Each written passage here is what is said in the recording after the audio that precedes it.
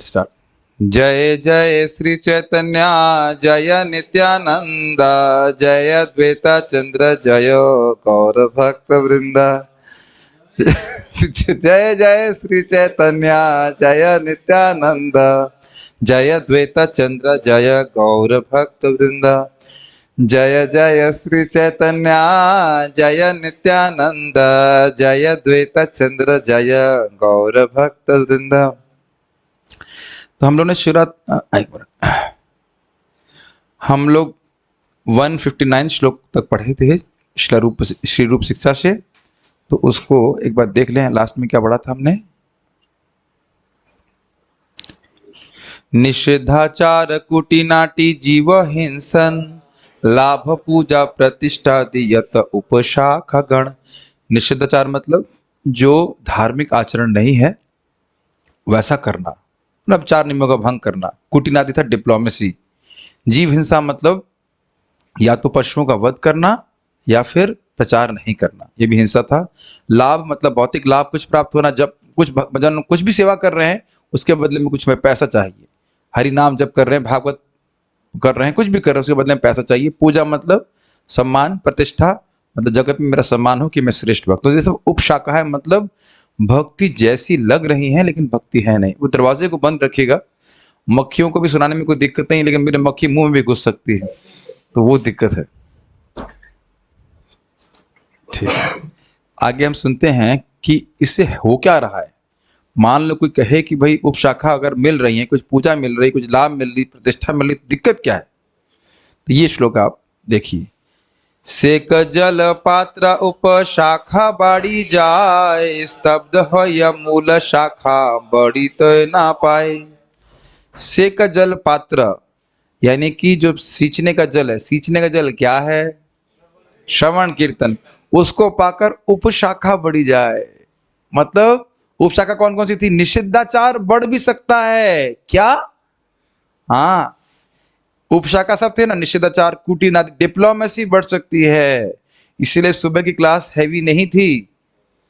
Debugging करना है हमारे प्रॉब्लम, समझता मुकुंद है ना, यूर प्रोग्राम रॉस। डीबगिंग करना जरूरी है, जो रिजल्ट नहीं आना चाहिए वहां हमारा प्रोग्राम डाइवर्ज कर जाएगा। बहुत इंपॉर्टेंट है ये।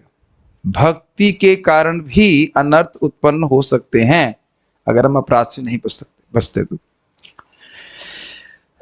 ये लाइन समझ में आ रही है आपको। माली हो या से बीज करे आरोपण। अरे ये देख लीजिए ना, अभी आप देख लीजिए, आप जहां पे गाय घूमती है इधर, उसके उधर वाले ध्यान में दीजिए, वहां लगा रखे हैं हमने कुछ मूल विशेष पेड़ लगा रखे हैं। अभी देखिए सारी घास और खरपतवार भी उग रही है। कहां से उग रही बताइए, अगर पानी ना मिले तो।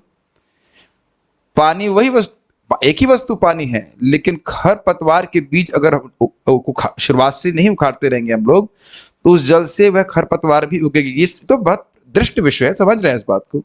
तो अगर व्यक्ति ध्यान नहीं देता प्रारंभ से ही, तो भक्ति कर रहा है लेकिन वो डिस्ट्रैक्ट हो सकता है अपने भक्ति के पद से, कि हम भक्ति कर किस ले रहे हैं। Make sense. स्तब्ध हो या मूल शाखा बाढ़ी ते ना पाए। स्तब्ध मतलब कुंठित हो जाती है, यहाँ पे प्रभुपाद कह रहे हैं अवरुद्ध हो जाती है। भाई आप दे रहे हैं 2 लीटर 4 लीटर पानी, जो भी दे रहे हैं, और वो अगर उपशाखा को चला गया तो जो मूल शाखा उसको पानी नहीं मिलेगा, कि बताइए, सिंपल सी बात है। तो ये तो कोई भी माली जानता है। आप में से कितने लोगों ने कभी कोई गार्डनिंग करी है। सब इस बात को बिल्कुल से समझ में आ रहे होंगे कि आप तुलसी उगा रहे हैं तो तुरंत you are growing lot of tulsi, is it not. कहीं अकस्मात आप लगाए हैं तुलसी का बीज, पता नहीं कहां से घास उगने लगती साइड से। आप सोचते नहीं घास तो लगाई नहीं, घास कहां से आ रही है। देखा आपने कभी, पता नहीं कहां से घास आ जाती। तो उसको निकालते रहना पड़ता है, तब जाकर के हमारी जो तुलसी है, मतलब भक्ति है, वो ठीक से उतरेगी। यदि भक्ति लता तथा अन्य लताओं में ठीक से भेद नहीं किया जाता तो जल सींचने की प्रक्रिया का दुरुपयोग हो जाता है, क्योंकि भक्ति लता बढ़ नहीं पाती जबकि अन्य लताएं हरी भरी होती जाती है। क्या अनुवाद है। अगर आप एकदम समझ रहे हैं ठीक ठीक अनुवाद, तो आप समझ पा रहे हैं कि प्रभुपाद कितना सुंदर तरीके से समझा रहे हैं इसको। बाह्य दुनिया में होगा कि बहुत बड़ा भक्त है, लेकिन आंतरिक रूप से वह इन चीजों के पीछे जा रहा है, भोग इत्यादि के पीछे जा रहा है। इस पे परम पूज्य वृंदावन महाराज जी बता रहे थे ब्रज के एक संत के बारे में। तो कह रहे थे ऐसा नहीं है कि मैं व्यर्थ में ही भोग त्यागता हूं, भोग मेरे सामने उपस्थित हो रहे हैं, लेकिन ऐसा नहीं है कि व्यर्थ में ही त्यागता हूं, कुछ उच्चतर प्राप्त करने के लिए इन भोगों को त्याग रहा हूं। तो ये विवेक भक्त को होना चाहिए। ऐसा नहीं है कि अब हमको लोग जानेंगे तो हम प्रचार ही नहीं करेंगे, ये बात नहीं है, लेकिन यश के लिए प्रचार नहीं करेंगे। बहुत सिंपल सी बात है, इज इट नॉट? कभी कभी लोग ये बोलते हैं प्रतिष्ठा मिल जाएगी, लोग सम्मान करेंगे, आप प्रचार करोगे, तो वो तो होगा ही। भाई प्रचार है ही ऐसी वस्तु, आप कृष्ण भावना किसी को देंगे तो कृतज्ञता तो ज्ञापित करेगा ही। आपने कभी देखा नहीं, पर वैसे नाम नहीं रखना चाहिए, लेकिन परम पूज्य वृंदावन चंद्र महाराज के प्रवचन के बाद जब उनका लोग गुणगान करने लगते तो महाराज क्या बोलते हैं? ठीक ठीक ठीक है, ठीक है, ठीक है करके काट के तो आगे बढ़ जाते। आपने देखा है क्या? महाराज का उत्साह नहीं प्रचार करने का, एकदम आप उनसे प्रश्न करिए आध्यात्मिक, आप देखिए महाराज कितना प्रफुल्लित होते हैं, और प्रश्न करना 10th कैंटो में प्रश्न कर दीजिए। मैंने देखा कहीं आप 10th कैंटो में प्रश्न कर दीजिए, महाराज इतना खुश हो जाते हैं तुरंत। और कहीं आपने कुछ गोपी के बारे में प्रश्न कर दिया या कृष्ण के ऐसे, वाह, तो कुछ और महाराज प्रसन्न हो जाते। लेकिन आप कुछ ऐसे गुणगान के चालू कथा का अनुमोदन करेंगे, हमारा ये अच्छा पॉइंट आप बोली तो खुश होते हैं। आप तुरंत ऐसे गुणगान करने लग जाए ना, तो वो देखिए तुरंत उसको बात को वहीं पे खारिज कर देते हैं। याद आ रहा था राधा रमन महाराज जी क्या बोले थे? महाराज जी आपने बड़ा अच्छा प्रवचन किया। नहीं, वो बोलने की जरूरत नहीं है, आप प्रश्न कीजिए। देख रहे थे आप? तो हम साधुओं को इस प्रकार से देखते हैं, जो सच्चे साधु हैं, किस प्रकार से वो प्रचार सब कुछ कर रहे हैं, लेकिन प्रतिष्ठा के पीछे नहीं पड़ रहे। एक बार तो हम प्रत्यक्ष देखे थे किस प्रकार से परम पूज्य राधा गोविंद महाराज जी कृष्ण हॉल में क्लास दे रहे थे, और महाप्रसाद प्रभु अनाउंस कराई कि कोई महाराज जी के चरण नहीं छुएगा, दूर से प्रणाम करेगा। तो महाराज बोले नहीं, दूर से भी प्रणाम नहीं करेगा। दूर से भी प्रणाम नहीं करेगा। तो ये चीज है। मैंने सुना भी महाराज कभी व्यास पूजा में नहीं आते थे, और गुणगान सुनने तो कभी भी नहीं आते अपना। तो ये सब रहता है। तो भक्तों को इस पर, जैसे मान लीजिए कोई पब्लिक में आपकी निंदा करे तो वहां बैठेंगे सुनने के लिए? कुछ अभी भी नहीं समझ पा रहे हैं। मान लीजिए हमारे साल में एक बार बुलाया जाए कि सारे लोग मिल करके माइक पे आपकी निंदा करेंगे। आप जाएंगे? तो ऐसा भक्तों को लगता है जब उनका गुणगान करते हैं। मुझे अच्छे से याद है, मैं खाली बोल रहा हूं कैसे पूजा लाभ आदि को भक्त दूर से त्यागते हैं। जैसे हमारी कोई निंदा करेगा तो स्थान पे हम नहीं जाएंगे। ऐसे नहीं समझ में आ रहा होगा आप लोगों को? ये एक वैष्णव के लिए बड़ी अजीब सी बात होती है कि सब लोग बैठ गए और उसके गुणगान चालू कर रहे हैं। मुझे अच्छे से याद है, मैं सामने बैठा था, सामने मतलब उस क्लास में बैठा था। हम व्यास पूजा में एक ही व्यास पूजा में महाराज जी गए थे अपने गुरु महाराज की, और बड़े मंदिर में होना था वो, सॉरी बड़े मैदान में, कौन सा वो मुंबई का क्रॉस मैदान है, वहां व्यवस्था करी गई। उस दिन खूब बारिश हो गई, तो खैर प्रोग्राम बहुत देर से शुरू हुआ, तो महाराज का गुणगान कोई नहीं कर पाया। तो जब महाराज का बोलने का मौका था, वो वहां से क्लास शुरू हुई, तो महाराज का गुणगान कोई नहीं कर पाया, महाराज बोलना शुरू किए और किसी भक्त का गुणगान कर रहे थे। महाराज भक्तों को गुणगान करने में बड़े विशेष हैं। तो उससे पहले क्लास शुरू करते कहते, I am very happy to start the program without painful austerities. महाराज मजाक नहीं करते इस तरह से। वो एक तपस्या बैठ करके, oh my master, oh my this and that, स्वीकार करना भक्त के लिए। समझ रहे हैं? तो मैं खाली बोल रहा हूं कि बाह्य रूप से अगर भक्त इस प्रकार से कुछ सम्मान भी स्वीकार करता है तो उसके लिए तपस्या है, उसके लिए वो नहीं कि बहुत उसको लोभ हो रहा है। और आप माधवेंद्रपुरी कथा तो जानते हैं, जैसे ही मालूम चला माधवेंद्रपुरी पाद को कि मेरे लिए खीर चुराई है कि गोपीनाथ जी ने, तो तुरंत वहां से भाग लिए, क्योंकि जानते थे कि अब ये बात तो फैल जाएगी। ये सब ऐसे उल्टे से समझ, व्यतिरेक में समझिए। जहां हमारी निंदा होती है हम बिल्कुल पसंद नहीं करते ना, ऐसे भक्तों की जहां गुणगान होता है वो बिल्कुल पसंद नहीं करते। शुद्ध भक्त इसी प्रकार के होते। तो शुरुआत से ही काटता चलना चाहिए कि हम अपने यश के लिए, विस्तार के लिए प्रचार या और कोई सेवा नहीं कर रहे हैं। ऊपर उधर चली जाएगी सारी हमारी भक्ति की एनर्जी। यहां तक कि मुझे शब्द याद है परम पूज्य राधा रमन महाराज जी के, कि अपन अपने दुखों की निवृत्ति के लिए भी भक्ति नहीं करता।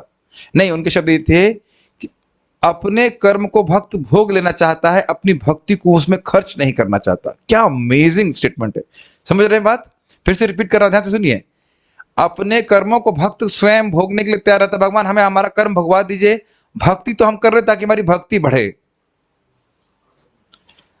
ऐसा नहीं है कि भगवान कर्म भगवा रहे हैं भक्त को, लेकिन कुछ समझ रहे हैं आशय? भक्त की भावना ये रहती है कि हमारी भक्ति बढ़े, इसलिए भक्ति कर रहे हैं। भक्ति करके हम कर्म नाश भी नहीं करना चाहते, हम भोगें, कोई दिक्कत नहीं। बहुत सरल पॉइंट्स हैं सारे भक्ति के। अब आप लोग कान बंद कर लीजिए, लिखा हुआ है यहाँ पे, यदि अपराध करते हुए कोई हरे कृष्ण मंत्र का जप करता है तो ये अवांछित लताएं बढ़ जाएंगी। अरे मैं म्यूट करना भूल गया, सॉरी। अब इसका अर्थ क्या है? इसका अर्थ ये है, अर्थ यह नहीं है कि जप ना करे। सभी गंभीर भक्तों को अपराधों से निवृत्त होने का प्रयास करते हुए जप करना चाहिए, एटलीस्ट नामाभास पे रहें। नहीं समझ पा रहे हैं भाई? गलती से अगर अपराध हो जाए मान लीजिए किसी वैष्णव के प्रति, तो वो नामाभास कहला जाएगा, लेकिन योजना बना करके अपराध नहीं करना चाहिए। अब हम मिल करके बैठ करके बढ़िया से भक्तमाल करेंगे। ये टाइम हो गया साधना का, प्रसाद ले लिया है, एनर्जी आ गई है, अब थोड़ा भक्तमाल चालू करते हैं। मेक सेंस भाई? मैं एक एक 10 अपराध आप जो भी पकड़ लीजिए तो उनसे निवृत्त होने का प्रयास कीजिए, दैट इज कॉल्ड नामाभास। भाई जैसे हम जप कर रहे हैं, अब एक है कि जब मैं कई बार एग्जाम्पल दे रहा हूँ, जब कर रहे हैं मस्ती भी कर रहे हैं, जब भी कर रहे हैं, तो ये हो गया नामापराध। जानबूझ करके ध्यान नहीं देना। कई बार महाराज इस बात को बोलेंगे, जब कर रहे हैं तो मन भागेगा, मन की तो प्रवृत्ति है, ये अपराध नहीं है। फिर आप उसको हरे कृष्ण मंत्र की ध्वनि पे केंद्रित कर रहे हैं, लेकिन आप जब कर रहे हैं और टीवी देख रहे हैं, ऐसा मत सोचिए कि लोग नहीं करते। हमने आंखों से देखा, एक भक्त बोले हमारी लड़की भी 16 माला करती है। मैं अच्छा, वेरी नाइस। हम लोग उनके घर में रुके हुए थे, तो अगले दिन देखा टीवी चालू हो गया, हरे कृष्ण कृष्ण कृष्ण हरे हरे हरे राम। अब ये जानबूझ के अपराध हुआ, ठीक है? तो इससे हृदय का शुद्धिकरण फिर हम अनुभव नहीं कर पाएंगे और बहुत कम अनुभव करेंगे। तो ये चीज समझने का प्रयास करना चाहिए कि ऐसा नहीं है कि हरे कृष्ण मंत्र कर रहे हैं तो अपराध होगा तो हम हरे कृष्ण करना छोड़ दें। आइडिया इसकी अपराधों को समझें, उनके स्वरूप को समझें और उनसे बचते हुए अपराध करें, तो हम प्रगति का अनुभव करेंगे। अपराध ना करें, अरे भाई उसको सुधार कर समझ लेना चाहिए। मन में जो बात है समझ गए, अपराध बचते हुए ना करें, बचते हुए भक्ति करें। इतनी बुद्धिमान हैं आप लोग, ठीक है? समझ गए? रिकॉर्डिंग हो रहा, अच्छा हाँ, तो हल्ला हो जाएगा अपराध करके लिए बोलते, ठीक है? एक सिंपल सी बात है, आप मान लीजिए आज प्रसाद हम सर्विंग कर रहे थे, तो हो सकता है किसी भक्त के ऊपर आप सर्विंग कर रहे दाल छिलक जाए, तो आप क्षमा मांग सकते। ये तो नहीं कि दाल उसके ऊपर उड़ेल दें। दोनों में अंतर समझ गए ना? ठीक है? तो गलती से अपराध हो ही जाता है, वह नामाभास कहलाता है, और उसमें व्यक्ति के हृदय का शुद्धिकरण हो रहा है, आगे जाकर के भगवान का प्रेम प्राप्त करेगा, लेकिन जानबूझ करके नहीं करना, ठीक है? माइक पे बोलिए अगर कुछ पूछना चाहते हैं। जैसे इसमें एग्जांपल दिया गया है कि पानी से वही बीज जो एक्स्ट्रा पेड़ है वही बढ़ते हैं, हाँ, जो शाखा वो बढ़ते हैं, लेकिन श्रवण कीर्तन से तो कम होनी चाहिए ना बुरी चीजें जो है। यही तो बोल रहे हैं। देखिए, जो व्यक्ति नामापराध करेगा उसकी हृदय की भोग की इच्छा बढ़ जाएंगी। क्या आप लोगों ने दीक्षा, हरिनाम दीक्षा पुस्तक में नहीं पढ़ा था ये बात कि कई साल भजन करने के बाद भोग इच्छा कम होने की बजाय बढ़ रही है? ये क्या हो रहा है? तो इसका मतलब है कुछ गड़बड़ कर रहे हैं ना, भजन नहीं कर रहे हैं, क्या अपराध हो रहा है, इसकी वजह से हो रहा है ये चीज है। तो मैं बार बार बोल रहा हूं, इसमें नेगेटिव नहीं सोचना चाहिए, डीबगिंग करनी चाहिए कि मैं कहाँ गलती कर रहा हूं। अरे ये बताइए, जब बीमारी होती है और हम कुछ ठीक नहीं कर रहे होते हैं या हम ठीक नहीं हो रहे होते हैं और बगल वाला ठीक हो रहा होता है, तो व्यक्ति को सोचना चाहिए ना कि मैंने कहाँ गलती करी। ऐसा नहीं कि हम ठीक नहीं हो सकते हैं, इसीलिए दोनों चीजें आवश्यक है, सिद्धांत, कृष्ण कथा और कृष्ण नाम, ताकि हमारी कुछ गलतियां जो है उसको हम अवेयर होते हैं तो बड़ी तीव्रता से प्रगति करेंगे। क्या आप लोग जब ड्राइव करते तो देखते नहीं कहाँ लिखा हुआ है गड्ढा? अरे बढ़ो आगे, क्या दिक्कत है? नहीं, आप गड्ढा भी देखते हैं, गड्ढा कहीं गड्ढे में नीचे गिर ना जाए। एक बहुत सिंपल उदाहरण समझ लीजिए, जब गाड़ी, मैं तो गाड़ी चलानी नहीं, मोटरसाइकिल चलानी तो आती है, कार चलाते हैं तो केवल एक्सीलेटर पे ध्यान देते हैं, ब्रेक नहीं लगाते हैं कहीं। फिर ये भी देखते हैं ना कि गाड़ी कहीं से टकराए नहीं किसी से, तो वो भी चीज इंपॉर्टेंट। मैं फिर से एग्जाम्पल का रिपीट करूंगा, आप बिजली का कोई भी इंस्ट्रूमेंट यूज करते हो, ये जरूर ध्यान रखते हो कि करंट नहीं लगे। बता दीजिए बिना ध्यान दिया से गीले हाथ से हाँ लगाओ, लड़के का झटका जोर से, ठीक है ना? तो ये चीज है। इसमें मुझे हंसी इस बात पे आती है, रामकृष्ण प्रभु से मैंने कहा प्रभु जी नाम अपराध होते हैं क्या करना चाहिए? अपराध करो ही क्यों? वाह, ये तो बड़ा सिंपल सोल्यूशन, अपराध करो ही क्यों? और देख रहे हैं कि अपराध वो नहीं करते, भक्ति करते हैं तो बड़ी तीव्रता से प्रगति करते हैं। फिर से रिपीट कर रहा हूं, सद्धिया भाव जन्मने, ये जो पंच महासाधन है, अगर अपराध नहीं करे, श्रद्धा दूरेस्तु पंचके, श्रद्धा ना भी हो, सद्धिया भाव जन्मने, भाव भक्ति की प्राप्ति करा देता है अगर अपराध नहीं कर रहे हैं। ये फिर से समझ लीजिए कि अगर हम अपराध नहीं कर रहे होते तो आज हम कहाँ के कहाँ पहुंच गए होते। ये शब्द आपने कई बार सुना होगा। इसलिए कहीं मिस्टेक कर रहे हैं, उसको डीबैक करना। कोई निषेधाचार तो नहीं कर रहे, पूजा लाभ के लिए तो भक्ति नहीं कर रहे, इत्यादि इत्यादि। ये विवेक हमने को जागृत करना है। माली हो या से बीज करे आरोपण, श्रवण कीर्तन जले करे सिंचन। तो माली बनना है सबको। कौन सा करियर बना चूज करना है? माली का करियर। किसी को हरे कृष्ण मंत्र का दुरुपयोग किसी भौतिक लाभ के लिए नहीं करना चाहिए। अगर आप लोग के मन में थोड़ी सी भी स्मृति है 3.33.7 की तात्पर्य की, तो प्रभुपाद जी दो बातें बोलते हैं। एक, हरे कृष्ण मंत्र को भौतिक लाभ के लिए नहीं करना चाहिए, और दूसरा, मायावादी धारणा से मुक्त रहना चाहिए कि कोई भी नाम करो सब बराबर है। याद आ रहा है आपको? इन दो अपराधों से बचेगा तो केवल जीभ से स्पर्श करने मात्र से वह ब्राह्मण से भी श्रेष्ठ हो जाता है ना। अहो बता श्लोक आप देख चुके, अच्छे से छप गया होगा वो, मन में काफी व्याख्या की थी। जैसा कि श्लोक 159 में कहा गया, अरे छोड़िए सब बात, ये बताइए क्या आपको ये बात दृष्ट नहीं है कि लखा हीरे जैसी वैश्या कुछ ही समय में भगवत प्रेमी बन गई? तो क्या कारण था बताइए? और दो ही चीज बोले, तुलसी जी की सेवा करो और हरे कृष्ण मंत्र करो। सर्व समर्थ है। सोचिए सब बैकग्राउंड क्या रहा होगा। अजामिल 12 साल के अंदर वैकुंठ जाने की योग्यता प्राप्त कर गया, है कि नहीं जी। निषिद्धाचार कुटिनाति जीव हिंसन, लाभ पूजा प्रतिष्ठा दियत उपशाखा गण। श्रील भक्ति सिद्धांत सरस्वती ठाकुर ने अवांछित लताओं का वर्णन किया है। वे कहते हैं कि यदि कोई अपराधों के परित्याग का प्रयास किए बिना श्रवण कीर्तन करता है तो वह इंद्रिय तृप्ति में आसक्त हो जाता है। अब आपके प्रश्न का उत्तर हो गया प्रभु परम पूज्य राहुल प्रभु। तो मैं ये नहीं कह रहा हूं कि मुझसे अपराध नहीं होते या नहीं हुए हैं या नहीं होंगे, या आप में से आप में तो नहीं करते, मुझे पता है, लेकिन ये सत्य बात है कि अपराधों को चुन चुन करने, उग्रवादी होते हैं ना, उसे चुन चुन के मारना है कि यहाँ कहाँ अपराध हो रहा है, वहां का अपराध हो रहा है, वहां का अपराध, उसको निकालना है। बहुत अच्छा महाराज जी बता रहे थे, एक भक्त बता रहे थे कि भूल के, क्या नाम उनका, भक्त जो भक्ति वृक्ष शुरू किए थे, क्या नाम है उनका? आश्रय गौरांग ना, आश्रय गौरांग को प्रवचन बड़ा सुंदर कर रहे थे नाम महिमा के ऊपर, ये हरिदास हरिनाम चिंतामणि पे। तो कह रहे भक्त एकदम सतर्क रहता कि भूल करके भी 10 अपराध में से कोई अपराध ना हो। फिर भगवान आपके देख रहे हैं ना, आपके एटीट्यूड को, ये अपराधों से बचना चाहता है, तो भगवान भी आपके एटीट्यूड को देख रहे हैं कि नहीं देख रहे। हाँ, तो फिर इस पे एक प्रश्न उठाया गया जैव धर्म में, तो क्या नाम अपराध कुछ लाभ भी है?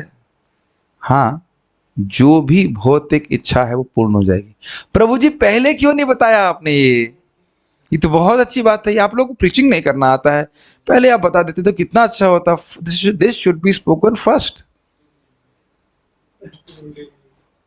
हाँ, 10 मिलियन व्यूज। नाम अपराध करने से सारी भौतिक इच्छाएं पूर्ण हो जाती हैं, एक, और दूसरा है कि भौतिक इच्छाएं बढ़ भी जाती हैं, 2, और तीसरा है क्या है, उन अपराधों के लिए दुख भी भोगना पड़ता है, 3।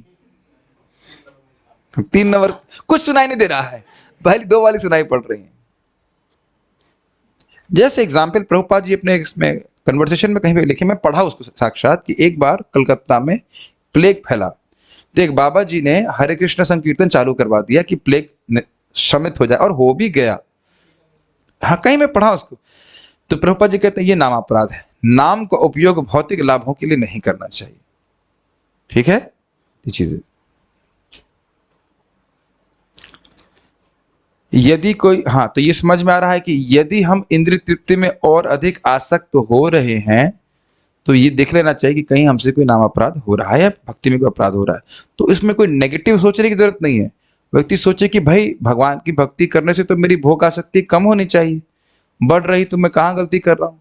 तो भक्तों के आश्रय में रह करके विचार करके विमर्शन करके आगे बढ़ना चाहिए। जैसे व्यासदेव जी विमर्शन किए कि नहीं, अरे मैं तो महाभारत लिख दिया, मैं तो वेदांत सूत्र लिख दिया, सब कुछ लिख दिया, फिर भी मैं सुखी क्यों नहीं हो रहा हूं?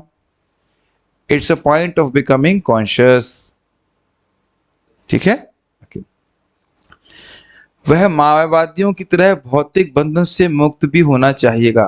याद आ रहा है, सुबह आपने सुना था, भगवान से, इस जगत से मुक्त होने की इच्छा ये प्रबल है। भगवत प्राप्ति करना या भगवान की भक्ति प्राप्त करना यह बात नहीं है। और अथवा योग सिद्धियों से आकृष्ट होकर आश्चर्यजनक योग शक्तियां प्राप्त करना चाहेगा। याद आ रहा है सुबह की क्लास? ये किस में आ रहा था? ये असत तृष्णा में, असत तृष्णा में आ रहा था। यदि यह अद्भुत भौतिक कार्य में आसक्त होता है तो वह सिद्धि लोभी कहलाता है। एक और बात ध्यान रखिएगा, आपने याद है नारद जी को भी इस प्रकार से क्रमशः पहले भगवान का ज्ञान, फिर सिद्धियां और फिर भाव प्राप्त हुआ तो भगवान के प्रति। याद आ रहा है? स्वस्मिन भावम च केशव, यानी कब प्राप्त होगा? जब सिद्धियां प्राप्त हो रही हैं और उसके प्रति अन्य मनस्क रहते हैं। वो देख रहे हैं कि प्राप्त हो रही है लेकिन उधर रुक नहीं रहे हैं, भक्ति करते जा रहे हैं, अपने लक्ष्य से हट नहीं रहे, तब भगवान का भाव प्राप्त होगा। ये बात आप 11वें स्कंद में पढ़ेंगे कि भगवान के विभिन्न विष्णु स्वरूपों पे आप ध्यान करके विभिन्न सिद्धियों को प्राप्त करेंगे और भगवान स्वयं वर्णन भी कर रहे हैं। फिर अंत में कहते हैं ये सब एक भक्त के लिए डिस्ट्रैक्शन है, इस पे नहीं, इसके छलावे में नहीं पड़ना चाहिए। समझ रहे हैं? भक्ति करने से आपके पास आध्यात्मिक शक्ति आती ही है, लेकिन उसका प्रयोग भगवान की सेवा के लिए ही होना चाहिए, लोगों को कंट्रोल करने के लिए नहीं होना चाहिए। एक छोटा सा उदाहरण आपको दूं सीधा प्रभुपाद जी एक कार में जा रहे थे अमेरिका में और एक ट्रक ने ओवरटेक किया, तो प्रभुपाद ने कहा इसमें तरबूज है। वो पूरा कवर था तो भक्त ने कहा नहीं प्रभुपाद जी इसमें कुछ तो है, ऑरेंजेस है, ऐसे मान ही नहीं रहा था। प्रभुपाद ने कहा नहीं इसमें तरबूज है विश्वास ही नहीं हो रहा था। फिर जब ओवरटेक किया तो उसने देखा कि हाँ उसमें तरबूज ही रखे हुए थे, भले बाहर से ऑरेंज लिखा था। प्रभुपाद जी कैसे मालूम चला? ये महाराज जी भी आए हुए थे ना बीच में, क्या नाम है उनका, और बंगाल के महाराज जी हैं, छोटे से क्या नाम है भूल रहा हूँ, सुभाग महाराज जी। वो बता रहे थे कि एक बार प्रभुपाद जी के पास बैठे थे, खुद ही बता रहे थे, कुछ मन में बुरा विचार आया उनके, तो प्रभुपाद बोले घबरा गए, एकदम से घबरा गए, हूँ क्या सोच रहे? तो ये सब शक्तियां भक्तों के पास होती हैं। परम पूज्य जयप्रताप महाराज के पास एक व्यक्ति को टेस्ट करने के लिए भोगा लेके आया जो भगवान को अर्पित नहीं है। महाराज कह नहीं है भगवान को अर्पित नहीं है, अब बोला प्रसाद है, नहीं भगवान को अर्पित नहीं है। महाराज को ऐसे मालूम चल गया। आप समझ रहे हैं? भक्त के पास आध्यात्मिक शक्तियां आ जाती हैं। यह एक सिंपल उदाहरण आप देखें, जगन्नाथ दास बाबा जी महाराज बंगाल में थे और यहाँ पे, और वो डंडी लेके गए, फटफट कर रहे थे, डंडी लेके उधर मार रहे हैं अपने आश्रम में, जो भी स्थान था वहां पे कुटिया में। तो भक्त लोग पूछे क्या कर रहे हैं? कहते हैं वहां राधा रमन में जो एक, इधर राधा रमन की बात है, राधा रमन में बकरी तुलसी खा रही, इसको भगा रहा हूं। तो लोगों ने नोट किया कि वो कब बोले, बाद में देखा कि हाँ उस दिन एक तुलसी उस समय खा रही थी। तो जगन्नाथ बाबा जी महाराज कहाँ से? कलकत्ता से, इधर कलकत्ता नहीं कहना चाहिए, क्षमा कीजिएगा, नदिया में रह रहे थे। लेकिन ये सब प्रकाश। अच्छा एक और आप देख लीजिए कि रसिकानंद प्रभु थे, तो उस जमाने में उड़ीसा में थे ना बड़े प्रसिद्ध। तो एक व्यक्ति आया जो शेर पर चढ़ के आया था, योगी शेर पर था ना, तो उन्हें क्या किया, दीवाल को चला दिया दिमाग खराब हो गया, मैं तो शेर पर चढ़ के आया, उन्होंने दीवाल को चढ़ा दिया। तो आप देख सकते हैं कि कभी कभी वैष्णव ऐसी सिद्धियों को प्रस्तुत कर सकते हैं, लेकिन मुख्य प्रयोजन उनका सिद्धि प्राप्त करना नहीं होता है। तो दीवाल को चला दिया, हाँ वो उड़ के आ रही हो जैसे भी करके हो, तो वैष्णव लोग इसमें नहीं रुचि रखते, क्योंकि ये सभी चीजों का उद्देश्य क्या है, अपने को इस जगत का केंद्र के रूप में प्रस्तुत करना। भक्त लोग इस प्रकार की भावना नहीं रखते। उसे कूटनीति अथवा दुराचार के कारण कष्ट भोगना पड़ सकता है, या फिर वह स्त्रियों के साथ अवैध संबंध बना सकता है। ये सब नामापराध की वजह से हो सकता है। देखिए स्पष्ट लिखा है, क्या पढ़ा है?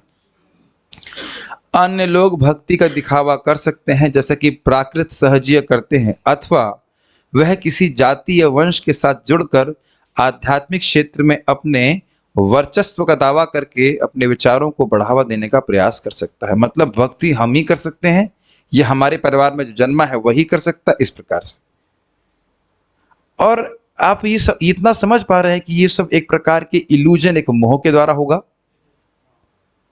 और इस मोह का निर्माण कहां से हो रहा है? भक्ति में किए गए अपराधों की वजह से, स्पेशली नाम अपराध, है ना। मैं फिर से रिपीट कर रहा हूँ, भक्ति में आने के बाद ये व्यक्ति दूसरे भक्तों से द्वेष करना शुरू कर सकता है, जो कि कोई पर्पस ही नहीं है, कोई मतलब ही नहीं करने का, कोई स्थान ही नहीं है उसका भक्ति में। तो सतर्क रहना चाहिए। माली होना बहुत जरूरी है। इस तरह कुल रीति के बल पर वह छद्म गुरु बन सकता है। कुल रीति समझ रहे हैं, मेरे पिताजी गुरु थे तो मैं भी गुरु बनूंगा, ऐसे ऐसे।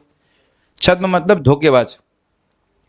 वह 4 पाप कर्मों में, अवैध संबंध, नशा, जुआ तथा मांसाहार में लिप्त हो सकता है, या फिर वह वैष्णव को किसी संसारी जाति पाति का मानने लग सकता है।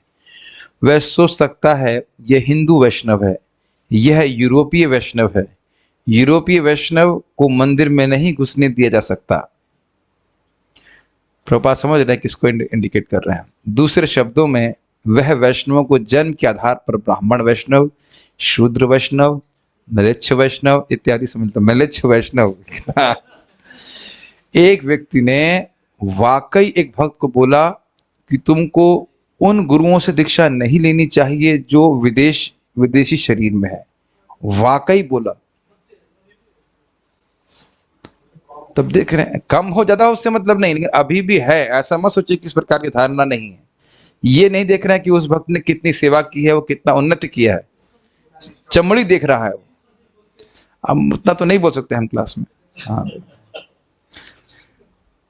आप आश्चर्य करेंगे, जब मेरी दीक्षा नहीं हुई थी, मुझे ये तो हंसी की बात है, मुझे एक भक्त बोला, महाराज जी का मेरा सम्मान है, परम पूज्य जयपताका महाराज का, उनका ही शिष्य बोला मुझे, हे तुम ऐसा करो, परम पूज्य जयपताका महाराज से दीक्षा ले लो, फिर तुमको अमेरिका जाने को मिल जाएगा। अब महाराज का इसमें कोई दोष नहीं है, वह तो उस व्यक्ति का दोष है, क्योंकि वो खुद माली नहीं बना। महाराज तो शुद्ध भक्त है, मेरा महाराज के प्रति पूर्ण सम्मान है। महाराज तो ऐसा कुछ नहीं बोले, वो मुझे प्रीचिंग कर रहा था ऐसा। मैंने कहा अभी मैं दीक्षा नहीं ले रहा हूँ कुछ ऐसा नहीं। क्या कंसेप्शन है। मैं फिर से रिपीट करूंगा, जो व्यक्ति रामकृष्ण प्रभु 3 लाख नाम जप कर रहे हैं, उसको व्यक्ति को कोई बकला के बोलता है, कौन बोला पता नहीं, तुम तो अब तो करोड़पति हो गए होते, इतना जप कर रहे हो। मतलब देख रहे हैं किस प्रकार का इल्यूजन मन में लेके घूम रहे हैं। बहुत दिन के बाद मिले आप, प्लैनेट, अभी प्लैनेट पे हैं, मुझे लगा गोलोक चले गए थे आप। आइए, तो इस प्रकार की भावना नहीं होनी चाहिए। ये मैंने अपने मुख से लोगों को सुनाया, ये जाति है देन वैष्णव। कान में ऐसे लगता है कि क्या ये बोल रहा है व्यक्ति। ये सब नहीं सोचना चाहिए। देखिए ये सब बातें बड़ी कंट्रोवर्शियल लगती होंगी, कंट्रोवर्शियल कुछ भी नहीं, व्यक्ति का विवेक नष्ट होते हुए हम देखते हैं। क्या वो बोल रहे हैं उन्हें समझ में नहीं आ रहा। कभी भी किसी भक्त को इस प्रकार से नहीं देखना चाहिए। सब लोग अच्युत गोत्र के हैं, ठीक है, सबने सुनी लिया ना, कुत्ता खाने वाले क्या पैदा हुआ है, नाम उच्चारण कर रहा है, तो वह ब्राह्मण से भी श्रेष्ठ है अगर निरपराधिक रूप से कर रहा है। वह व्यवसाय के तौर पर हरे कृष्ण का कीर्तन या श्रीमद् भागवतम का प्रवचन करने का प्रयास कर सकता है, या अवैध उपायों से अपनी आर्थिक अवस्था सुधारने का प्रयत्न कर सकता है। ये दूसरों पे मत घटित करिए, जो दूसरे करने वो तो करें। कभी अपने हृदय में इस प्रकार की भावना आते हुए देखें तो तुरंत समझ जाए कि उपशाखा है। मैं अपना अनुभव बता रहा हूं, मैं कभी भी किसी के घर में पैसे के लिए कीर्तन करने नहीं जाता, ना कभी किया ना कभी करूंगा। कोई अहंकार से नहीं बोल रहा हूं, कोई ऐसे बोलता है तो मैं कभी नहीं करता। एक बार एक भक्त का कीर्तन करने जाना था, बस एक व्यक्ति ने बोल दिया कि वो बहुत डोनेशन देंगे, पूरा कीर्तन मेरा रद्द, मतलब स्पॉइल हो गया। बार बार ये नालायक मन बोला था कितना डोनेशन देंगे, जैसे कोई वैश्या हो। और ये महाप्रभु के शब्द है एक्चुअली। साधु होकर के दूसरे की अपेक्षा करना, अपना भजन बेचने के लिए गए हम क्या? तो मैं बहुत गुस्सा, बाद में बोला आपने ऐसा क्यों बोला मेरे को। इसीलिए मैं तो बहुत मतलब धन्यवाद देता हूं इस्कॉन वृंदावन का कि हमारी रोटी पानी की व्यवस्था है। हमें कथा के लिए पैसे लेने की जरूरत नहीं किसी से। कोई डोनेशन देना चाहता है तो बहुत अच्छी बात है, लेकिन ये नहीं है कि हम सोच रहे हैं कि भाई ये 500 रुपए देगा तो मैं उसे क्लास दूंगा। चाहे गरीब हो चाहे अमीर, हम सभी को बराबर रूप से क्लास दे सकते हैं। बिल्कुल वेश्या की मानसिकता है कि कितना देगा। साधु को इस प्रकार से नहीं होता, फिर कृष्ण तुरंत उसकी उपेक्षा कर देते हैं। तो ये सभी भक्त लोग मैं जो लोग सुन रहे हैं उनके लिए भी बहुत अच्छा है कि आप सभी की रोटी पाने की व्यवस्था भगवान किए हैं। तो आप अगर किसी को हरे कृष्ण मंत्र के बारे में बोलते हैं तो उससे पैसे की अपेक्षा तो नहीं है ना Mukund? Is it not? If you preach to somebody you can selflessly preach, you are very powerful. I you, is it not? अगर आप किसी को हरे कृष्णा बोल रहे हैं तो अभी तो नहीं कहेंगे कितना पैसा देगा, नहीं, आपको भगवान ठाकुर जी रख रहे हैं ना। You become very powerful. समझने का प्रयास कीजिए, आप बहुत शक्तिशाली हो जाते हैं। आप निस्वार्थ भाव से प्रचार कर रहे हैं, नो मैटर आप कौन से आश्रम में हो, क्या कर रहे हो।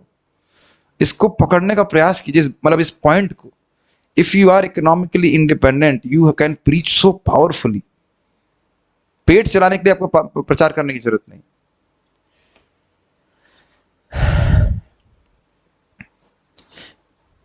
एक भक्त कह रहे हैं आप वो पैसे अपने लिए तो लेने नहीं गए थे ना। कुछ भी हो, हरे कृष्ण मंत्र हम बेचने के लिए नहीं गए, भगवान की कथा हम बेचने के लिए नहीं गए। ब्राह्मण को डोनेशन लेने का अधिकार है, सैलरी लेने का अधिकार नहीं है, वैश्यावृत्ति करने का अधिकार नहीं है। हम ऐसे खराब शब्द यूज कर रहे हैं क्योंकि यही शब्द इस्तेमाल किए गए शास्त्र में।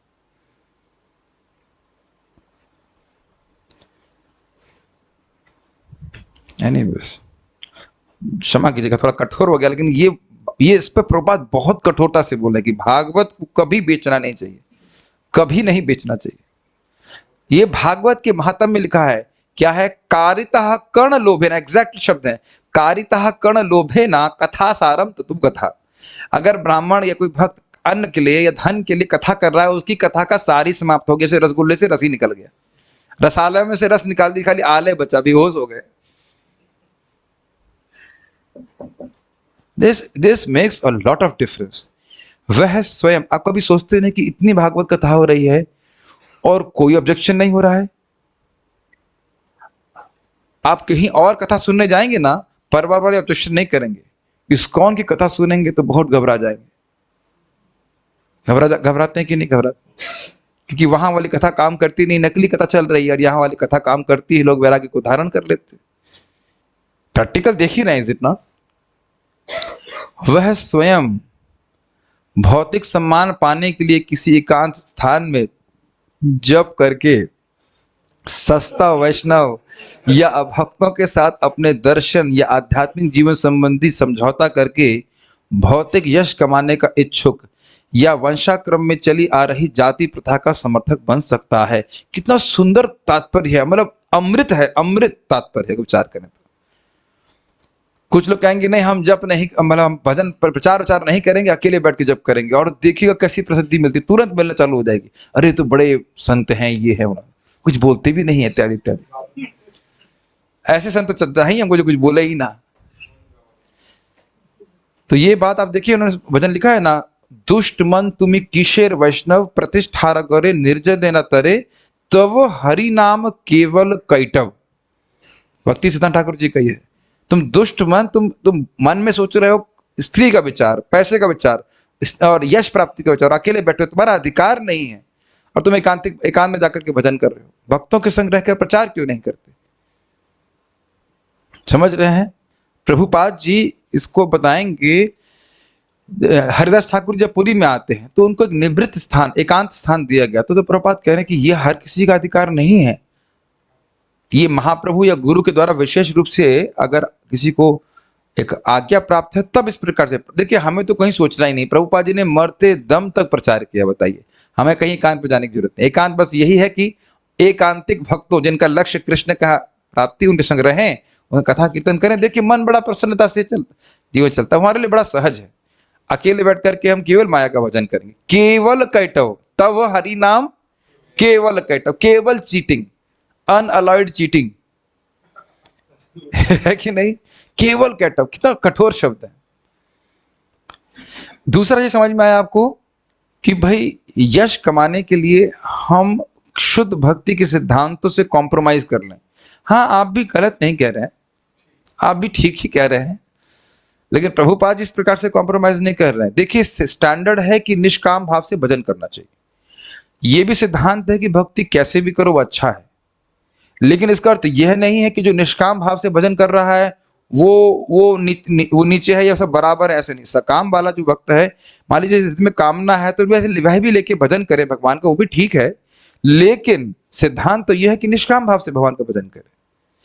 भले ही मैं आज भक्त को समझा रहा था कि देखिए, वो कहते हैं मेरे हृदय में भौतिक इच्छा, हमने कहा ठीक है, सभी के हृदय में थोड़ी बहुत इच्छा रहती है, लेकिन उस इच्छा को पोषना तो नहीं चाहिए। कम से कम यह तो इच्छा करनी चाहिए कि भगवान कितना अच्छा होता कि मैं निष्काम भाव से आपका भजन कर सकता, और मैं इस कामना को नहीं त्याग पा रहा हूं, भगवान इस कामना को आप निकाल दीजिए। यही प्रार्थना प्रबोधन सर से करते हैं ना कि हे भगवान, इन कामना रूपी 100 रज्जुओं से मेरा हृदय बंधा हुआ है, मेरी क्षमता नहीं इसको काटने की, आप काट दीजिए। तो क्या ये प्रार्थना भी हम नहीं कर सकते भगवान से?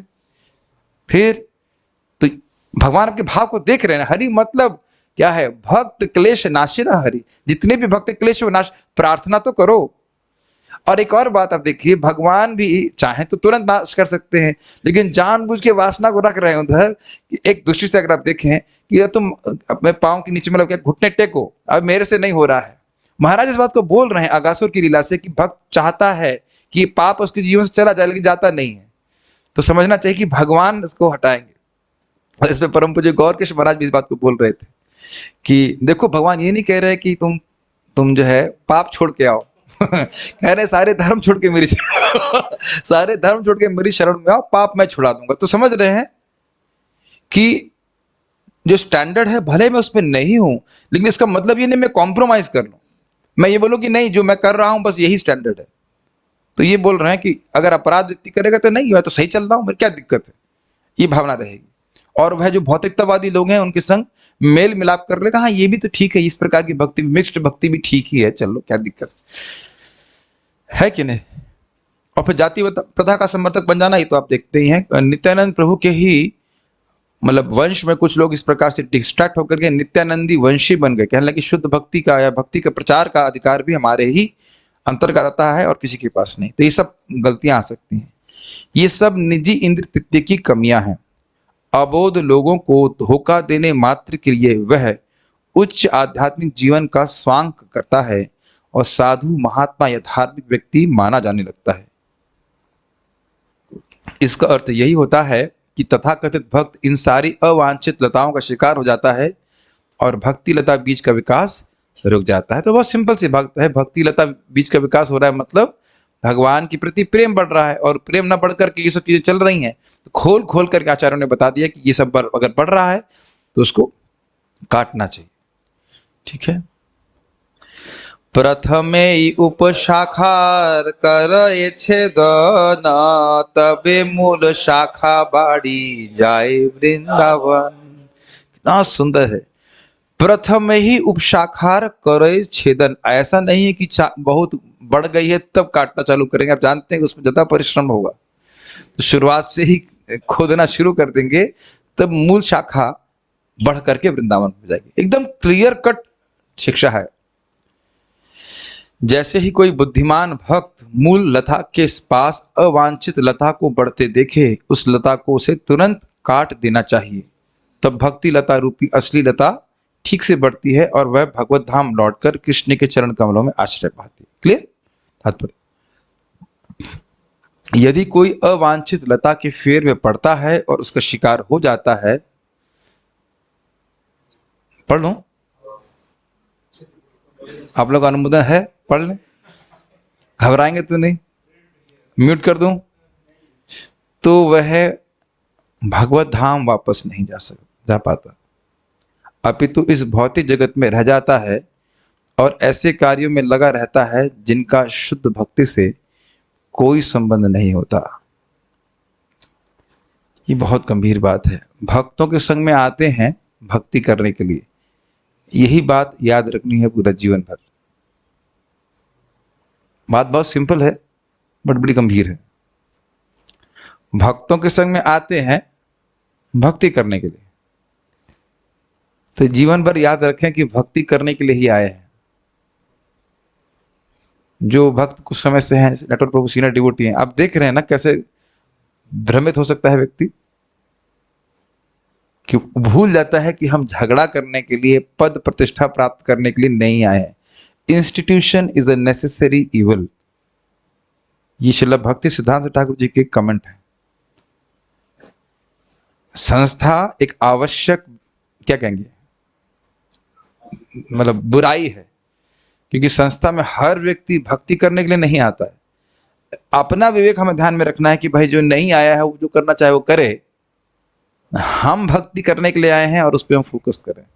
माइंड माई ओन भक्ति, अगर इसको फॉर्मुलेट किया जाए। आज भी मैं सनातन से चर्चा कर रहा था, हम लोग वृंदावन में हैं, दिन भर वस्तुतः हमको ये सोचना चाहिए कि कृष्ण ने क्या तत्व है या कृष्ण की लीला का क्या, यही चर्चा होनी चाहिए। और क्या, ये तो रूप गोस्वामी जी की बात है ना, तन्नाम रूप चरितादि सुकीर्त नानु स्मृत्यो क्रमेण रसना मनसी नियोज्या तिष्ठन व्रजे तदनुरागी जनानु गानम गामि कालम नयेद खिलमित उपदेश सारम। ये रूप गोस्वामी चाहते हैं, यही प्रभुपाद जी चाहते हैं। We should only be absorbed in talking about Krishna, और क्या बात करने के लिए। तो ये बारंबार हम श्रवण करेंगे तो हम सतर्क होते चले जाएंगे। कृष्णानंद प्रभु पता है बहुत मजाक करते हैं, कहते हैं जैसे मुझे, मैं रूम में मान लो बैठा हूँ, लोग बैठे हुए हैं और मुझे लग गया कि कोई भक्त प्रजल्प करने के लिए आया है, मूड होता है ना, मूड से आते तो क्या तुरंत मैं चैतन्य चरितामृत खोलता हूँ, मैं कहता चलो हम लोग चैतन्य चरितामृत पढ़ते हैं, वो तुरंत वो वैसा भक्त भाग जाता है।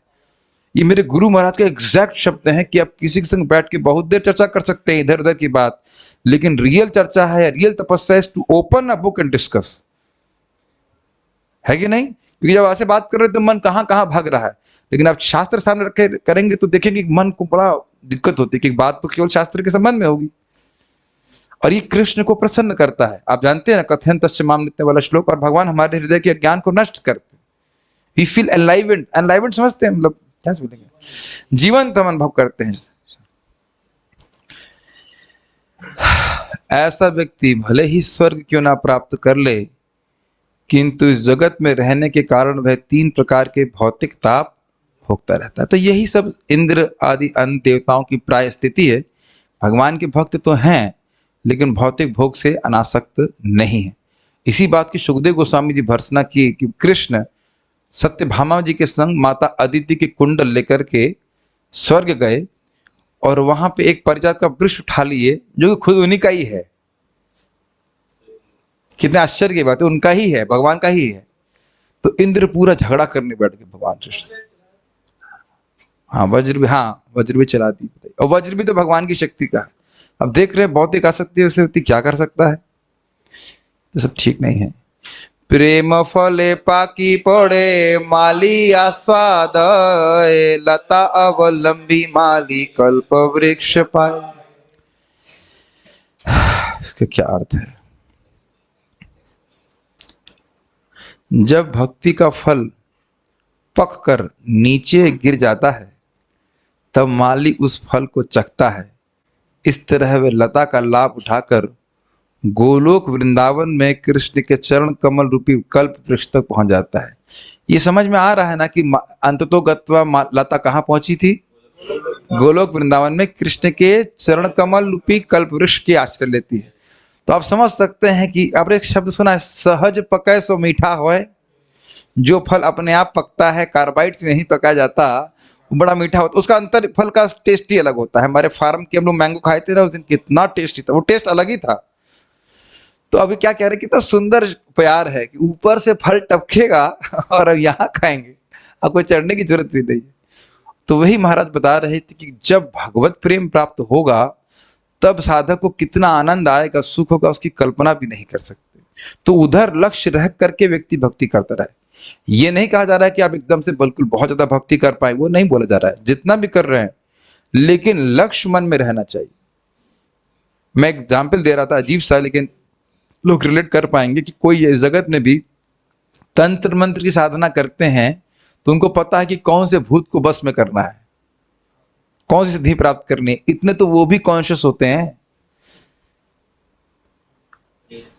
कुछ समझ रहे हैं। छोटी मोटी साधना जो करने वाले उनको भी पता है कि मेरी सिद्धि क्या है।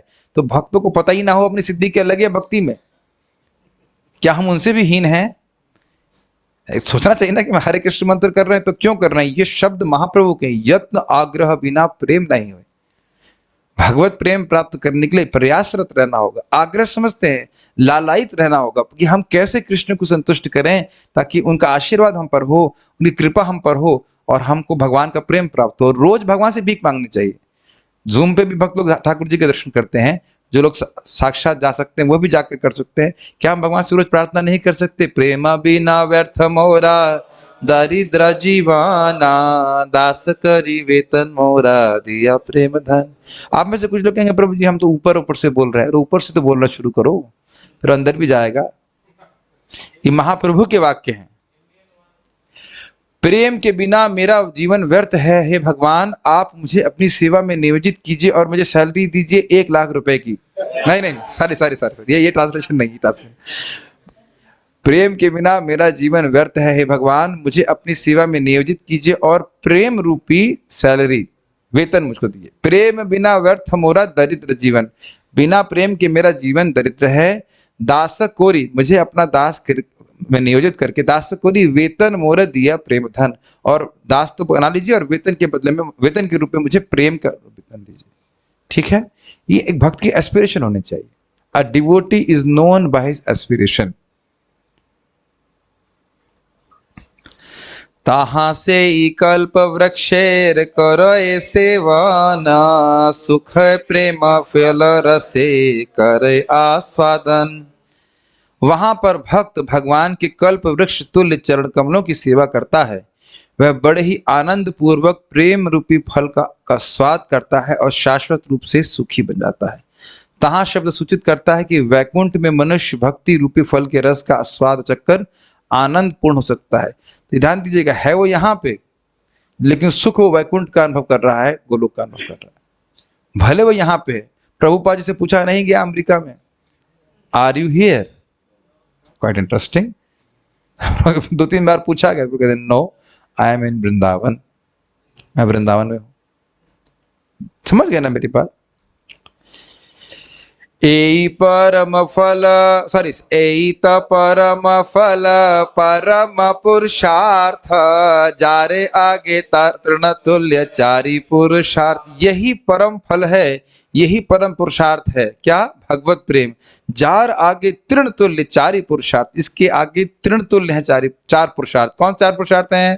धर्म, अर्थ और काम, मोक्ष। अब मैं आपसे पूछूं, वैभव गोविंद निवास से यहाँ तक कितने तृण पड़े हुए हैं? चलिए तृण नहीं हो पड़े हुए, मान लीजिएगा कितने कंकड़ पड़े हैं, तो आप गिने। अच्छा, मालूम मेरे कहने पे आप गिनेंगे?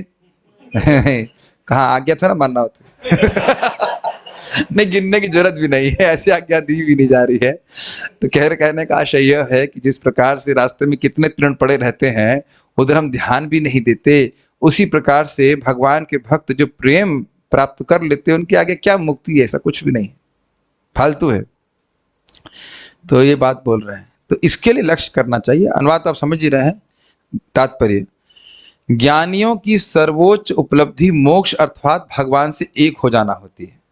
जानते हैं, एक होना समझते 2 प्रकार से, एक ब्रह्म ज्योति में मिल जाना या भगवान के शरीर से मिल जाना, ये 2 प्रकार की होती है। योगियों की सर्वोच्च उपलब्धि 8 सिद्धियां होती हैं, यथा अणिमा, लघिमा तथा प्राप्ति इत्यादि। 8 प्रकार की सिद्धियां होती हैं। अणिमा मतलब छोटे से छोटे, मुझे भूल रहा हूँ क्या होता है ये। जब हमको प्राप्ति नहीं करना तो रिसर्च क्या करना, लेकिन होती 8 प्रकार की होती है। अणिमा, लघिमा, प्राप्ति, ईश, काम वसायिता, ईशिता, 5 तो याद हो गई, और वशिता तो बोल दिया, नहीं बोला था। ऐसे करके होती हैं। जब प्राप्ति नहीं करना तो उसको क्या कहते हैं, उसको जब फल ही प्राप्त नहीं करना तो पेड़ गिरने से क्या फायदा। लेकिन है ऐसा 8 करके।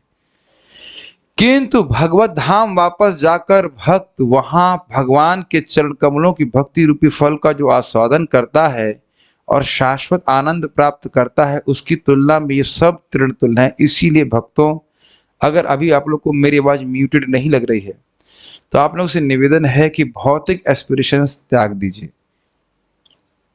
कि इस जगत में कुछ महान बनना है, इस जगत में हम केवल महान मूर्ख बन सकते हैं। सब कुछ इकट्ठा किया, चलो भाई छोड़ो, नेक्स्ट डेस्टिनेशन, फिर वहां सारा काम पैसा कमाओ, उसका फिर छोड़ दो, फिर आगे नेक्स्ट। समझ रहे हैं? क्या काम आएगा जो हमने पैसा कमाया, यश कमाया? कुछ भी तो काम नहीं आएगा।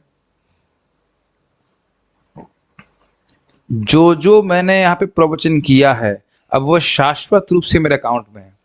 आप समझ रहे हैं कि मैं क्यों मेहनत कर रहा हूँ? कुछ लोग कहते हैं पर ये आपके लिए मेहनत कर रहे हैं, हम किसी के लिए मेहनत नहीं कर रहे, हम अपने लिए मेहनत कर रहे हैं। अब तो मैं कहने का आशय है, मतलब वैसे तो दूसरों को भी लाभ हो जाए, कोई दिक्कत नहीं है, लेकिन जो आप श्रवण कर रहे हैं वो आपके लिए शाश्वत अकाउंट में जा रहा है। जो भी आपने जप किया वो शाश्वत अकाउंट में जा रहा है, हमेशा हमेशा के लिए। भगवान फिर से भक्त, हम बिल्कुल मतलब पहुंच नहीं भी पाए भगवान के पास, अगले जन्म में इस्कॉन के जीबीसी आप ही बनने वाले हैं। हो ये आपने पहले क्यों नहीं बताया?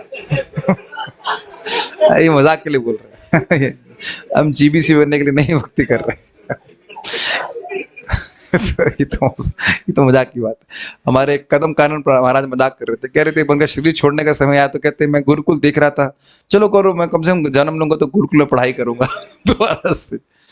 लेकिन ये समझ लीजिए कि इस समय भी भक्ति करना कितना आसान हो गया है, और हो सकता है कि इसी बार पार हो जाए। वस्तुतः पार होने में कोई कठिनाई नहीं है। फिर से रिपीट कर रहा हूं, भौतिक एस्पिरेशंस त्यागिए कि बहुत बड़ा हीरो बनूंगा। हम हीरो नहीं बन सकते, हम खाली पिटाई हो रही हमारी, लेफ्ट राइट लेफ्ट राइट। रोज जब आप सुबह बाथरूम जाते हैं तो देख लीजिए अपने शरीर की स्थिति, हम सभी की स्थिति कैसी, कितना दुर्गंध युक्त शरीर है। क्या था मैं, हित्वा अवध्यम इमम लोकम कंताम जनतामसी, भगवान विष्णु के शब्द है ना, ये मांस चर्म का बना हुआ अवध्य शरीर त्याग करके, निकृष्ट शरीर त्याग कर तुम मेरे पार्षद का देह प्राप्त करोगे। हम तो कल्पना भी नहीं कर सकते कि भागवत पार्षद का देह का मतलब क्या है। अरे स्वर्ग के देह की प्राप्त हम कल्पना नहीं कर सकते, तो दिव्य देह की तो बात ही छोड़ दीजिए। तो छोटी छोटी एस्पिरेशन लेकर के अपना जीवन व्यर्थ करने की बजाय व्यक्ति को भगवान के धाम जाने की एस्पिरेशन को एस्पिरेशन मतलब लालसा को पोषित करना चाहिए। तो इधर ध्यान छोटी छोटी भौतिक चीजों पर नहीं होना चाहिए। ऑब्वियसली शरीर चलाने के लिए कम से कम लाख रुपए तो चाहिए ही, वो आप देख लीजिए कितना चाहिए, लेकिन इतना चाहिए नहीं होता है भक्ति करने के लिए।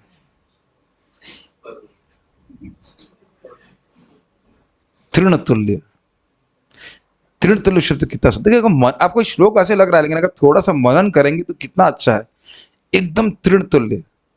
यहां तक कि महाराज उस दिन वेद स्तुति से बोल रहे थे, कोट कर रहे थे कि भक्त लोग, शुभाशुभयो शब्द आया था कि भक्त लोग तो अपने सुख दुख पे भी ध्यान नहीं देते, केवल भगवान की भक्ति ही करते रहते हैं। सुख आएगा दुख आएगा, वो तो भगवान की, वो जान रहे सब कुछ भगवान के द्वारा आ रहा है, क्या आप उसमें कंप्लेन करना।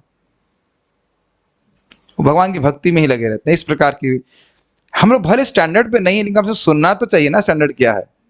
उधर ध्यान ही नहीं दे रहे हैं कि दुनिया में लोग क्या बोल रहे हैं, क्या सोच रहे हैं। What is the point? भौतिक सिद्धियां यहां तक कि मोक्ष तक पाना नगण्य है, मतलब इनसिग्निफिकेंट है। अतः शुद्ध भक्त इनमें कोई रुचि नहीं लेता, उसकी एकमात्र रुचि भगवत भक्ति को पूर्ण बनाने में रहती है। ठीक है, अगले श्लोक में, अच्छा ऐसा समझिए, जो निर्विशेषवादी है वह भी तो यही सोच रहा है, चाहे कितने जन्म लग जाए मुझे मुक्ति चाहिए। अब तो बहुत आसान हो गया समझ में आना। मान लीजिए कोई निर्विशेषवादी है, कहे अरे तुम मुक्ति छोड़ दो, स्वर्ग ले लो ना, ना ना ना ना ना ना, मुझे मुक्ति चाहिए, मुझे मुक्ति चाहिए। ज्ञानी इस प्रकार से करता है ना, अनेक अनेक जन्मों में वह ज्ञान की साधना करके मुक्त होना चाहता है। बहुत इजी होगा समझना। अब तो जिस प्रकार से ज्ञानी मुक्ति ही चाहता और कुछ नहीं चाहता, उसी प्रकार से, उसी एनालॉजी की बात कर लीजिए, तो भक्त भी सोचता है चाहे कितना भी जन्म लगे मुझे भगवान का प्रेम ही प्राप्त करना है, मुझे मुक्ति नहीं चाहिए, मुझे भोग भी नहीं चाहिए। ये इसे कहते हैं भक्ति विवेक। ठीक है, इसके एकमात्र, हाँ, अगले श्लोक में निर्विशेषवादी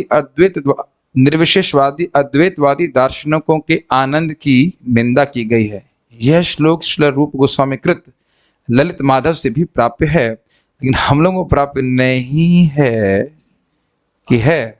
ओ, मुझे लगा था प्रभु जी को नहीं मिलेगा, लेकिन भगवान की कृपा से श्लोक देखते हैं कि हमारे पास आ गया कि नहीं।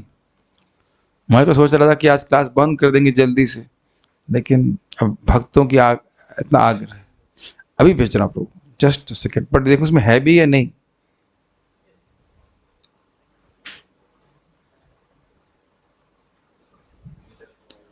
हम कौन से हैं? आप लोग थक गए तो हम रुक जाएं? ठीक है, मैं औपचारिकता के लिए पूछ रहा था। मतलब आशा तो आप समझते हैं। ठीक है, अभी भेज रहा हूँ। भगवत अध्यापन भेज दे रहा हूँ। ठीक है।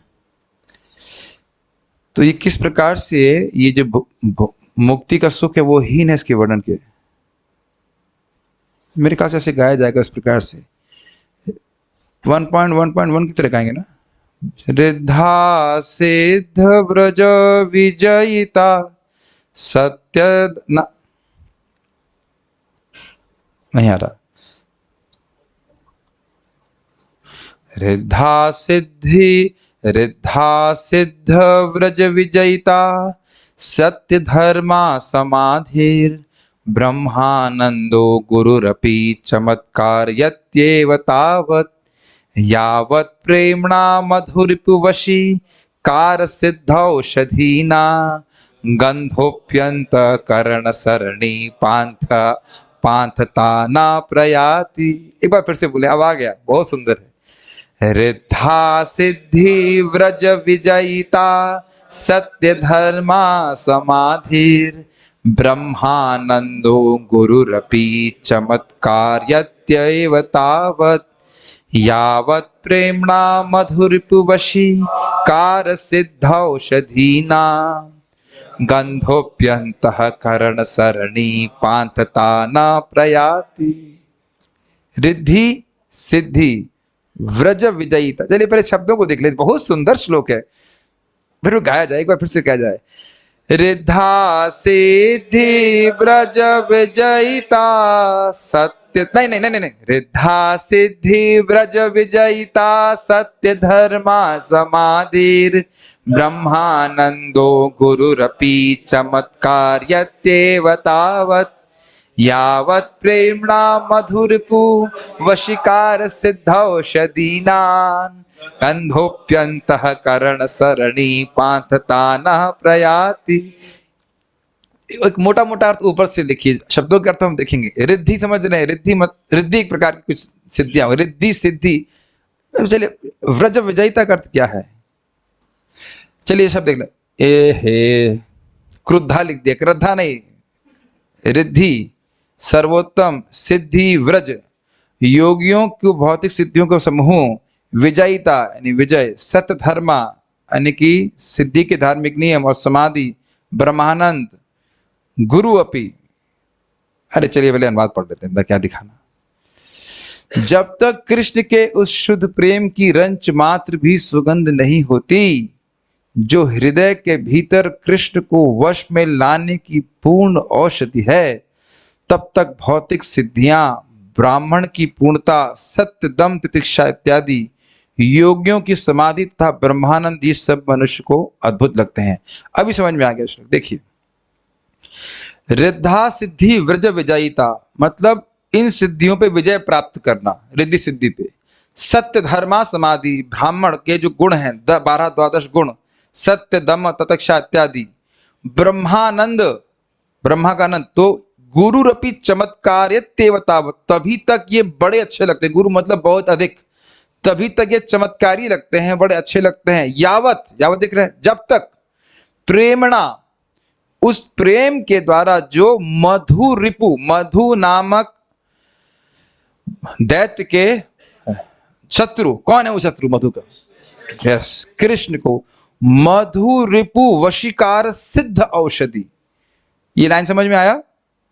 कृष्ण को वशीकृत करने वाली औषधि जिसका नाम है भगवत प्रेम, उसकी गंध भी, गंधो अपि अंतःकरण सरणी।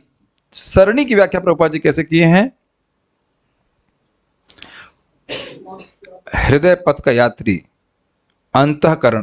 भाई जो हमको समझ में इसमें ये आ रहा है, गंध भी, अगर भगवत प्रेम की गंध भी अंतःकरण रूपी पथ पे नहीं पहुंची है, नाक के पथ पे आती है ना, खुशबू आती है ना कुछ, तो कह रहे हैं जब तक भगवत प्रेम रूपी औषधि, और आप ये भी देख सकते हैं औषधि प्राय खुशबू भी होती, कभी कोई औषधि केवल सूंघा करके ठीक कर देते हैं, कुछ औषधि होती खाते तो हैं ही और सूंघते भी हैं। तो कह रहे हैं कि जब तक इस औषधि की, प्रेम रूपी औषधि जो कृष्ण को वशीकृत करने वाली है, उसकी सुगंध भी अगर प्राप्त नहीं है, तभी तक ये सारी सिद्धियां इत्यादि अच्छी लगती है। कहने का आशय क्या है कि भगवत प्रेम से जितना सुख भक्त को मिलता है, उतना इन किसी भी सिद्धियों से प्राप्त नहीं होता। उसकी एक झलक मात्र भी व्यक्ति को प्राप्त हो गई तो इधर उसका ध्यान बिल्कुल नहीं जाएगा। तो अब देखिए इसको सुन के क्या प्राप्त हो रहा है आपके मन में, क्या भावना आ रही कि हम प्रारंभ से ही इन सिद्धियों के या ब्रह्मानंद के लिए या फिर ये ब्राह्मण के गुण इत्यादि की अनुशीलन करने या इनको प्राप्त करने के चक्कर में क्यों पड़े हैं? क्यों ना हम सीधे भगवान से भगवान की प्रेम में भक्ति ही की प्रार्थना करें। क्या ये बात समझ में आ रही है? ऐसे समझिए, बहुत ही लौकिक उदाहरण दे रहा हूं, मैं शर्म आ रही है बोलने में, लेकिन अब क्या बोलें। हम आईआईटी की तैयारी कर रहे थे, आईआईटी की ही तैयारी कर रहे थे ना, कि सोच रहे थे नई प्राइवेट कॉलेज में चले जाएं, फिर उसके बाद घूम करके देखिए कुछ और बड़े कॉलेज चले जाएं, फिर उसके बाद आईआईटी में चले जाएं। क्यों? क्योंकि वो गोल दिख रहा है। मैं एक बहुत ही लौकिक उदाहरण से बोल रहा हूँ कि हाँ ये कॉलेज बहुत अच्छा है, तो उसके लिए ही प्रयासरत थे। एडमिशन तो नहीं हुआ था ना, तैयारी कर रहे थे ना, साधन काल की अवस्था में ही तत्व को सुन करके साध्य का निर्णय कर लिया था। कुछ नहीं समझ में आ रहा है आपको? ऐसा समझाना पड़ रहा है तो शायद समझ में आ जाए। साधन काल में ही व्यक्ति साध्य का निर्णय कर लेता है, यहां पहुंचना है मेरे को, तो उसके हिसाब से बस पकड़ता है तो वहां पहुंच जाता है। एक अटेम्प्ट में नहीं हुआ मतलब एक जन्म नहीं हुआ, दूसरे जन्म में, दूसरे अटेम्प्ट में, दूसरे में, तो तीसरे में होगा, ऐसा कर।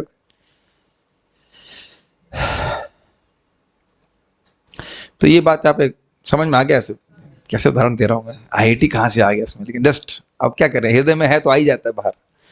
तो कहने का आशय यह है कि साधन अवस्था में ही क्लियर कर ले कि मैं भक्ति से क्या प्राप्त करना चाहता हूं, तो सारी साधना वो उसके लिए होनी चाहिए, भुक्ति, मुक्ति या सिद्धि दाति प्राप्त करने के लिए नहीं होनी चाहिए। सिद्धि व्रज ब्राह्मण योग्यता, योग, समाधि तथा ब्रह्म में एकाकार होने जैसी विविध भौतिक सिद्धियां होती हैं। ये सारी भौतिक सिद्धियां संसारी व्यक्तियों के लिए अत्यंत मोहक हैं, किंतु इनकी चमक तभी तक रहती है जब तक कोई भक्ति की शरण ग्रहण नहीं करता। भक्ति तो समस्त ब्रह्मांड के नियंता पूर्ण पुरुषोत्तम भगवान को भी वश में करने वाली है। क्या है? श्री कृष्ण आकर्षणी सच। ये शुद्ध भक्ति का लक्षण है, प्रेम भक्ति का लक्षण है कि भगवान श्री कृष्ण को भी आकर्षण करने वाली है। ये प्रसिद्ध घटना है, जानते ही बिल्व मंगल ठाकुर जी अंधे थे और कृष्ण उनका हाथ पकड़ के वृंदावन के दर्शन कराते थे। दर्शन का मतलब जो भी समझ लीजिए, आंखों से तो अंधे हैं। तो एक दिन कृष्ण का वो हाथ पकड़ लिए और कृष्ण हाथ छुड़ा करके चले गए। तो बड़ा प्रसिद्ध है, आप सब जानते हैं, बोलने में और श्रवण करने में बड़ा अच्छा लगता है कि तुम अपने आप को बहुत बलवान मानते हो, तुम मेरे हृदय से निकल के दिखाओ। हाथ छुड़ा के जा रहे हो, ठीक है, मानता हूं बहुत बलवान हो, लेकिन मेरे हृदय से निकल के दिखाओ। तो नहीं निकल सकते। आज ही सुन रहा था मैं, महाराज बता रहे थे कि गोपियां भी समाधि का अभ्यास करती, अष्टांग योग का। पता है किस लिए? कृष्ण को भूल जाए कृष्ण को भूल जाए और कुछ काम करे घर का। तो ये भगवत प्रेम का लक्षण। हम लोग यहाँ मेहनत कर रहे हो नहीं रहा है, लेकिन वो धीरे धीरे भगवत प्रेम जैसे जैसे बढ़ जाता है तो भगवान स्वयं हृदय में आ जाते हैं, अलग से प्रयास नहीं करना। गोलोक वृंदावन के निवासी 5 दिव्य रसों शांत, दास, सख्य, वात्सल्य तथा माधुर्य का अभ्यास करते हैं। अभ्यास का मतलब दे आर ऑलरेडी परफेक्टेड। ये सभी भगवान को इस तरह प्रसन्न कर लेते हैं कि वे भक्तों के वशीभूत हो जाते हैं। उदाहरणार्थ, माता यशोदा की भक्ति इतनी उन्नत थी कि कृष्ण ने उनकी छड़ी के वश में रहना स्वीकार कर लिया था। याद आ रहा है? गोप्या ददे कृतागसिदाम याते दशाश्रु कलिलांजन संभ्रमाक्षम वक्त्रम निनीय भय भावनया स्थितस्या सा मां विमोहयति यद भयम विभेति से करके। केवल माता ने डांट भी लगाई, रस्सी उठाई तो कृष्ण एकदम घबरा रहे हैं, जिनसे भय भी, साक्षात भय भी भयभीत होता है। इतना प्रेम माता यशोदा का है। दूसरे शब्दों में ये पांचों रहस्य इतने महान तथा भव्य हैं कि इनसे पूर्ण पुरुषोत्तम भगवान वशीभूत हो जाते हैं। किंतु भौतिक जगत में तथाकथित सिद्धियां अपना तेज तभी तक दिखलाती हैं जब तक मनुष्य भक्ति में रुचि नहीं दिखलाता है।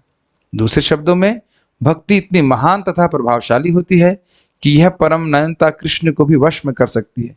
कर्मियों, ज्ञानियों तथा योगियों की सिद्धियां तभी तक आकर्षक प्रतीत होती हैं जब तक कोई भक्ति को प्राप्त नहीं कर लेता। एक बात इंटरेस्टिंग है, आप लोगों को पता नहीं याद है कि नहीं, याद नहीं होगा, लेकिन जब श्रेय के बारे में पूछा गया था भागवत के प्रथम अध्याय में, तो परम श्रेय का मतलब ये था, चक्रवर्ती पाद बोले कि वह श्रेय जो दूसरों में इंक्लूडेड नहीं हो, मतलब ये श्रेय प्राप्त हुआ तो वो वाला श्रेय अपने आप प्राप्त हो जाएगा, ऐसा नहीं हो, और उससे कोई श्रेष्ठ श्रेय नहीं हो। कुछ याद आ रहा है? अर्थात देखिए, जिसको भक्ति प्राप्त है उसको मुक्ति तो अपने आप प्राप्त है, सिद्धियां अपने आप प्राप्त हो जाती है। नारद जी का उदाहरण याद है। लेकिन जिसको सिद्धि प्राप्त है, क्या उसको भक्ति भी प्राप्त है? कुछ समझ रहे हैं? इसलिए भक्ति सर्वश्रेष्ठ श्रेय है, ये समझ में आ रहा है, हाईएस्ट गोल। ये फिर से रिपीट कर रहा हूं, भक्ति प्राप्त है तो अन्य चीजें अपने आप प्राप्त हैं, भोग इत्यादि अपने आप ही मिलते जाते हैं, उसके लिए तो उसको तो रिजेक्ट करना होता है, ठीक। लेकिन स्वर्ग प्राप्त हो रहा है तो उसका अर्थ ये नहीं कि भक्ति प्राप्त हो रही है, या मुक्ति प्राप्त हो रही है तो उसका अर्थ ये नहीं कि भक्ति प्राप्त हो रही है, या सिद्धि मिल रही तो भक्ति मिल रही है, ऐसे नहीं। तो भक्ति ही हाईएस्ट गोल है। इसलिए उसी की, और यही हमारी वास्तविक स्थिति भी है। ध्यान दीजिएगा, नित्य सिद्ध कृष्ण प्रेम साधु को बुनोय, श्रवण आदि शुद्ध चित्त कौरिबे उदय। ठीक है, तो ये सब चीजें बार बार दिमाग में घुसा लेनी चाहिए कि हम अपने प्यूरिफिकेशन के लिए, ताकि भगवान का प्रेम हमको प्राप्त हो। ये करके हम रुक जाते हैं। ये शब्द कितने अच्छे लग रहे हैं।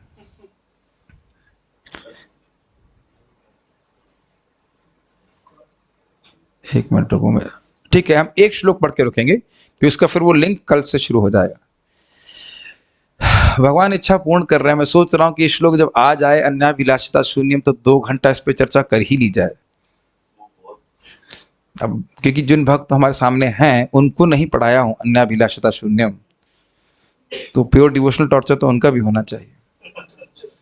Sorry, pure devotional teaching period. शुद्ध भक्ति हईते है प्रेमा उत्पन्न, अतएव शुद्ध भक्तिर कहिए लक्षण। शुद्ध भक्ति यानी साधना भक्ति को भी शुद्ध भक्ति कहा जाता है। तो शुद्ध भक्ति हईते है प्रेमोत्पन्न, शुद्ध भक्ति व्यक्ति करता है तो उससे भगवान के चरणों में प्रेम उत्पन्न होता है। अतएव शुद्ध भक्ति कहे लक्षण, इसलिए हम शुद्ध भक्ति के लक्षण कहेंगे। लक्षण कौन से हैं? तटस्थ लक्षण और स्वरूप लक्षण। क्लास शुरू हो रही है, कल वास्तविक शुरू होगी, लेकिन शुद्ध भक्ति का स्वरूप क्या है और उसके तटस्थ लक्षण क्या है उसको हम कल सुनेंगे। एक श्लोक, ये श्लोक का तात्पर्य प्रपात कुछ क्या है उसको पढ़ कर देखते हैं। भगवद गीता में कहा गया है, भक्त्या माम अभिजानाति यावन यश्चास्मि, यथास्मि नहीं, यश्चास्मि तत्वतः ततो माम तत्वतो ज्ञात्वा विशिते तदनंतरम। भक्ति के द्वारा व्यक्ति भगवान को जान पाता है जैसे वह हैं, और उस भक्ति के द्वारा भगवान को समझ करके भगवान की लीला में वो प्रवेश कर जाता है। भक्ति को अपनाए बिना मनुष्य पूर्ण पुरुषोत्तम भगवान को उनके यथार्थ रूप में नहीं समझ सकता। अब वो ये क्या है, इसको तो हम आपको कल बताएंगे, और इसका तात्पर्य भी बहुत लंबा है, और साथ साथ इसको इच्छा हो रही है कि फिर से एक बार, जैसे शिला रूप गोस्वामी पाद जी अलग अलग शब्दों को लेके बताए हैं, कुछ टीका लेकर के बताने का प्रयास करेंगे। ये श्लोक बहुत अच्छा है, ये तो जितनी बार चर्चा की जाए अच्छा है। पूरा भक्ति रसामृत सिंधु ग्रंथि इसके पर आधारित है। प्रभुपाद जी का तात्पर्य तो हम पढ़ेंगे ही, तो यानी कि आपकी रूप शिक्षा 18 दिन की भी हो सकती है, लेकिन कल प्रॉमिस की ये श्लोक को हम एक ही क्लास में करने का प्रयास करेंगे। कुछ प्रश्न हाँ देख लेते हैं, अगर कुछ भक्तों का प्रश्न है तो स्टॉप हियर। ईर्ष्या को कैसे हटाया जाता है? भगवान की भक्ति करके। अगर कोई भक्त हमसे उच्च हैं गुणों में, तो हमें उसकी किस प्रकार सेवा करनी चाहिए, क्या भाव रखना चाहिए? देखिए क्या है, जब भी गुणान का श्लोक है ना, जब कोई व्यक्ति आपसे श्रेष्ठ है तो उससे मिलकर प्रसन्न होना चाहिए। श्लोक याद नहीं आ रहा, ये नारद जी बोलते हैं, गुणान मुद्दम लिप्सित करके, जब व्यक्ति आप आपसे श्रेष्ठ है उसे कुछ सीखने को मिल रहा है तो खुश होना चाहिए, इज इट नॉट? और जो आपसे बराबर है उनसे मैत्री करनी चाहिए, जो आपसे हीन है उन पर कृपा करनी चाहिए। तो इस प्रकार से अगर करता है तो न तापेर अभिभूयते, ये नारद जी के वचन है। उसको ताप प्रभाव दबाएंगे नहीं, ताप तो आएंगे लेकिन प्रभावित नहीं करेंगे। ईर्ष्या करके क्या मिल जाएगा? ईर्ष्या करके क्या उसके गुण हमारे पास आ जाएंगे? एक्चुअली ऐसा होता नहीं है। अगर आप वाकई बार बार सोचते हैं, अरे इनकी भागवत में कितनी रुचि है, अरे जाप कितना अच्छे से करते हैं, अब समझ, बारंबार आप स्मरण करते रहें कि कितना अच्छा जप करते हैं, कितना अच्छा जप करते हैं, तो वो गुण आप में आने लग जाएगा। तो ईर्ष्या क्यों कर रहे हो? It is a very good thing if you can appreciate others qualities. ठीक है, कैसे अपराध से बचे और वैष्णव संबंध बनाए रखें अच्छे से? भगवान के बारे में बात कीजिए। जब भी भगवान के बारे में बात करेंगे तो दोनों का प्रेम बढ़ेगा, और दुनिया की बातें करेंगे तो दोनों का प्रेम घटेगा। सिंपल। आज भी सुना ना प्रभु जी से, हम सुन रहे थे, बुर्जन प्रभु का पुस्तक पढ़ रहे थे, प्रजल्प में जरूर अपराध बनता है, तो वहां पे ना प्रजल्प से बच जाएं। ओके, और क्या प्रश्न है?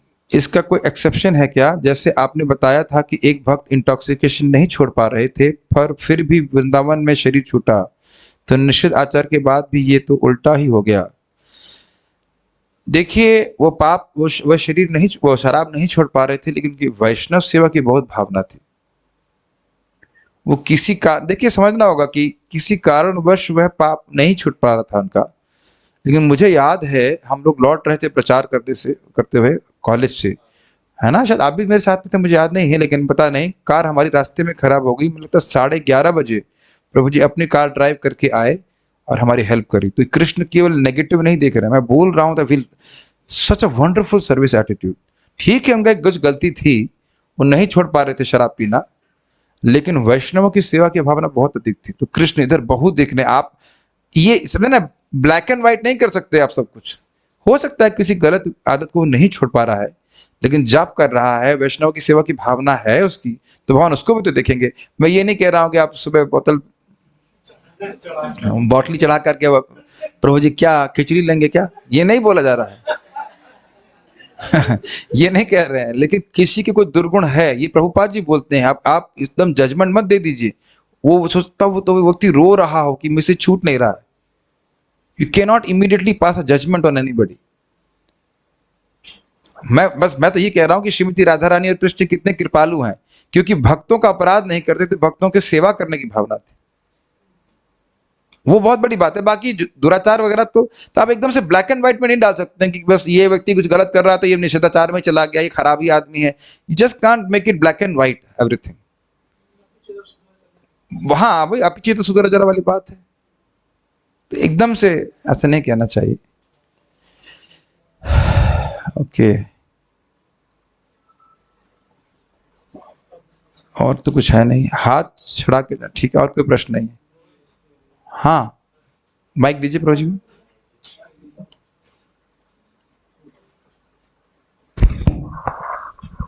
हरे कृष्ण। एक प्रश्न करेंगे इससे पहले, एक अच्छी बात आता रही। रूप गोस्वामी जी जो कहते हैं कि मेरा बछड़ा रूपी मन हमेशा भोग रूपी गंदे नाले की पानी को पीता है।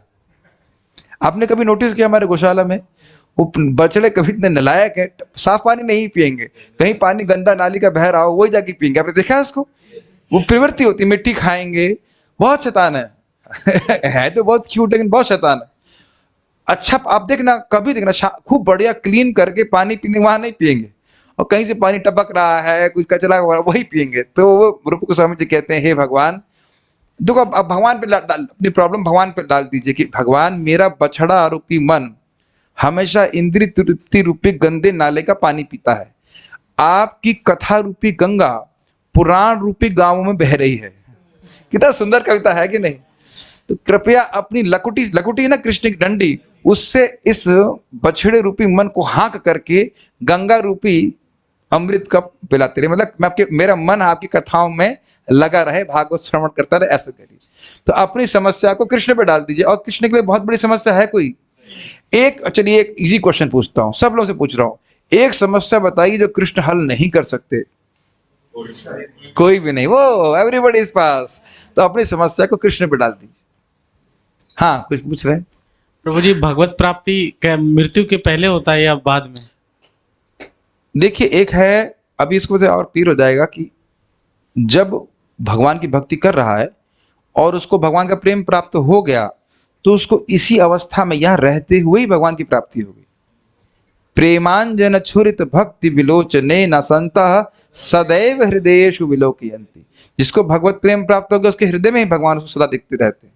तो उसमें क्या चेंज होता है? कोई चेंज नहीं होता, बस वही है कि शरीर त्याग करके आध्यात्मिक देह प्राप्त करके भगवान के पास चलाता है। या फिर एक और थोड़ी जटिल बात है, यहाँ रहते हुए भी वह अपने आध्यात्मिक शरीर में कृष्ण की सेवा करता है। लेकिन ये बहुत हाई फाई बातें हैं, हाई फाई मतलब उच्चतर बातें। लग रहा है कि वो बाह्य शरीर से भजन कर रहा है, लेकिन वो आंतरिक रूप से आध्यात्म, हम खाली थ्योरी में बोलते हैं, ऐसा नहीं कि मैं ऐसा हो गया हूँ, लेकिन आध्यात्मिक सिद्ध शरीर में वह सेवा करते हैं कृष्ण की। वो सब आगे इसमें आएंगी बातें थोड़ी बहुत। ये बहुत मुश्किल है इस प्रकार से समझना कि वो ऐसा, ऐसे एग्जाम्पल समझ लीजिए, नारियल समझते, नारियल, कच्चा नारियल और सूखा नारियल। तो कच्चे नारियल में वो जो अंदर का पल्प है वो बाहर के खोल से चिपका हुआ है, लेकिन आप देखेंगे जब वो सूख जाता है तो आप हिला सकते हो, है अंदर ही उसकी, लेकिन उससे बिल्कुल अलग हो गया है। तो वो बड़ा, जब जो सिद्ध स्वरूप होते हैं वक्त, उनको वो शरीर के द्वारा पहचान करके शरीर के द्वारा भजन करते हुए दिख रहे हैं, लेकिन इंटरनल चेतन। एग्जाम्पल से आप समझ लीजिए, श्रील रघुनाथ दास गोस्वामी जी 3 दिन में एक दोना छाछ का पीते थे। तो एक बार उनका पेट खराब हो गया और वैद्य ने बोला कि इन्होंने बहुत खीर खाई है। अरे भाई, अब शिष्य तो स्वीकार ही नहीं कर सकते, आपका दिमाग खराब हो गया है। ऐसा तो नहीं बोले होंगे, ऐसा बात तो हम लोग बोलते, कहते ऐसा तो हो ही नहीं सकता कविराज जी, ये तो 3 दिन में एक बार मट्ठा पी रहे हैं, वो भी एक दोना, तो खीर कहाँ से पेट में आ गई? तो कहा नहीं, मेरा जो निर्णय है वो गलत हो ही नहीं सकता, इन्हें जरूर खीर खाई है। तो फिर रघुनाथ दास गोस्वामी जी को पूछे तो कहे हाँ, मैं ध्यान में था, कृष्ण की मानसिक सेवा कर रहा था और वहां देखा कि राधा रानी खीर बनाई, वो खीर का जो प्रसाद था वो मैंने कुछ अधिक खा लिया। कुछ समझ में आ रहा है आपको? आपको आ गया? मुझे तो आज तक समझ में नहीं आया मैं खाली सुन के बोल रहा हूँ। मतलब ये क्या डायमेंशन है वो हम कुछ समझ रहे, कुछ समझ ही नहीं सकते उस चीज को। ये बड़ा अद्भुत बात। तो अब वो स्थिति जब किसी को प्राप्त होगी तभी वो समझ सकता है उसको। हम अभी प्रभु जी, जैसे कि हम लोग का भी भगवत प्राप्ति नहीं हुआ है, और तो हम लोग तीनों ताप से पीड़ित हैं, तो भगवत प्राप्ति जिसका हो जाता है, क्या उसको ये सताता है? विश्व पूर्ण सुख है, तो यही बगल में समाधि है प्रबोधन सरस्वती, कहते विश्व तो पूर्ण सुखमय है, क्या दुख है? दुख कहाँ अनुभव होता है बताइए? दुख कैसे अनुभव होता है बताइए, माइक पे बताइए। नहीं पता है? दुख मन में अनुभव होता है, और जब मन भगवान की भक्ति के आनंद से विभोर है तो दुख कैसे होगा ये बताइए? सुखम आत्यंतिकम यत्तद बुद्धि ग्राह्यम अतीन्द्रियम वेति यत्र न चैवायम स्थितस् चलति तत्पतः।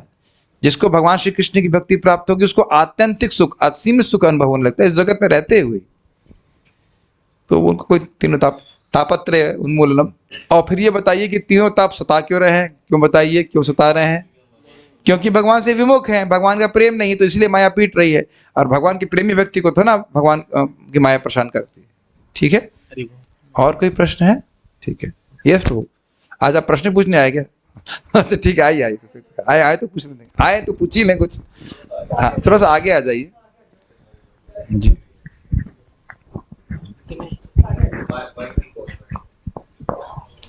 एक प्रश्न है कि 10 अपराधों में से एक अपराध ये है कि व्यक्ति को भौतिक इच्छाएं बना के रखना। इसको समझने का प्रयास कीजिए। मेंटेन मटेरियल डिजायर्स, अटैचमेंट्स, तो इसको कैसे खत्म करें? यही बात तो मैं एड्रेस कर रहा था कि यदि हम स्वयं नहीं कर पा रहे हैं तो क्या भगवान से प्रार्थना नहीं कर सकते? कैंट वी एटलीस्ट अपने रूम पे क्या हम रो नहीं सकते कृष्ण को कि कृष्ण हमको ये एक प्रकार का अनर्थ है, ये जो भौतिक इच्छा है ये मेरे और आपके बीच में आ रही है, कृपया इसको हटा दीजिए। जब आप भक्तों का चरित्र सुनेंगे, पढ़ेंगे तो पक्का रोना आएगा। देखिए भगवान आपसे कितना प्रेम कर रहे हैं, कितने प्रेम से सेवा कर रहे हैं, कहाँ मैं नीच पड़ा हुआ हूँ, यहाँ पे किन भोग वासना में पड़ा हुआ हूँ। जैसे एक भक्त बोले, I am tired of my material desires. मुझे बड़ा अच्छा कौन लगा, मैं थक गया हूँ अपनी भौतिक इच्छाओं को लेकर के। और अच्छा शब्द है, अच्छा वाक्य है। कामादिनाम कतिना कति धापालिता दुर्निदेशा। कब तक मैं इनकी सेवा करता रहूंगा? तो कृष्ण आप हमको सेवा में नियोजित कीजिए। इसीलिए तो हरे कृष्णा बोल रहे हैं। ये भक्त को, हर भक्त को देखेगा कि हम कुछ इच्छाओं को नहीं त्याग पाते हैं, भगवान से प्रार्थना करेंगे, दाऊ जी कृष्ण बलराम से प्रार्थना करेंगे तो वो गायब कर देंगे। आप कहेंगे ये कहाँ चली गई? यस प्रभु। हरे कृष्ण प्रभु जी। वो जैसे आपने बताया था कि इच्छाओं को त्याग करना है सारी चीजों को, और मेन लक्ष्य आपको प्रेम भक्ति पानी है जी। तो जैसे गृहस्थ आश्रम में रहते हुए सारी इच्छाओं को कैसे त्याग कर सकते हैं? गृहस्थ आश्रम में हम उसमें रहते हुए छोटी छोटी अरेंजमेंट करनी पड़ती है, कुछ करना पड़ता है, कोई कुछ, हर जगह से इच्छाएं घिरती हैं, तो वहां पे कैसे बैलेंस बनाते हैं, कैसे वहां पे त्याग कर सकते हैं इच्छाओं? देखिए, पहली चीज तो ये है कि ये प्रश्न आप तब कर रहे हैं जब क्लास में आए हैं, तो इसलिए ये चीज करना शुरू कीजिए।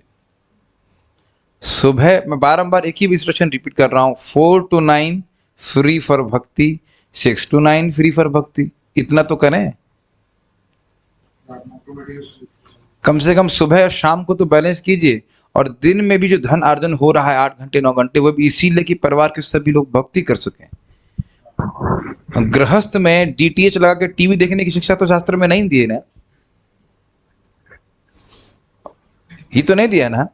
तो गृहस्थ जीवन में भी 5वें स्कंद के 5वें अध्याय को पढ़ें, 3-4 श्लोक में बोल दिया गया है गृहस्थ जीवन में भी व्यक्ति को उसको साधु कहा गया है अगर वो भगवान की भक्ति कर रहा है।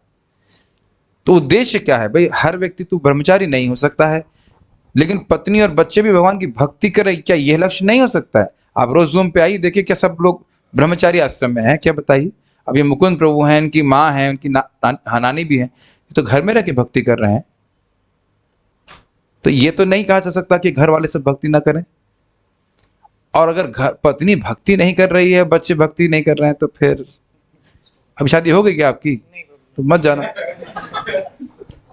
Be more intelligent. और अगर फिर भी करनी है तो कम से कम ऐसे शादी करो जो भक्ति करे। मुर्गा चबाना तो गृहस्थी का नियम नहीं है ना, क्योंकि अगले भजन में मुर्गा बनना भी पड़ेगा। तो ये समझना होगा। क्या युधिष्ठिर महाराज गृहस्थ नहीं है? बताइए, क्या अर्जुन गृहस्थ नहीं है? लेकिन पॉइंट इज दैट कि their goal is to please Krishna. जे दिन गृह क्या भजन देखिए गृह तो गोलोक भाई। तो जिस दिन का मतलब क्या है? रोज ही भजन होना चाहिए, नहीं कि महीने में जिस दिन भजन होगा उस दिन गोलोक बन गया, बाकी दिन नरक पे रह रहे हैं, ऐसा थोड़ा ना होता है। तो चाहे कोई भी व्यक्ति हो, क्या भक्ति उपाधि के ऊपर आश्रित है? बिल्कुल नहीं है। चाहे गृहस्थ हो, चाहे ब्रह्मचारी हो, चाहे सन्यासी हो, चाहे कोई भी भगवान की भक्ति कर सकता है।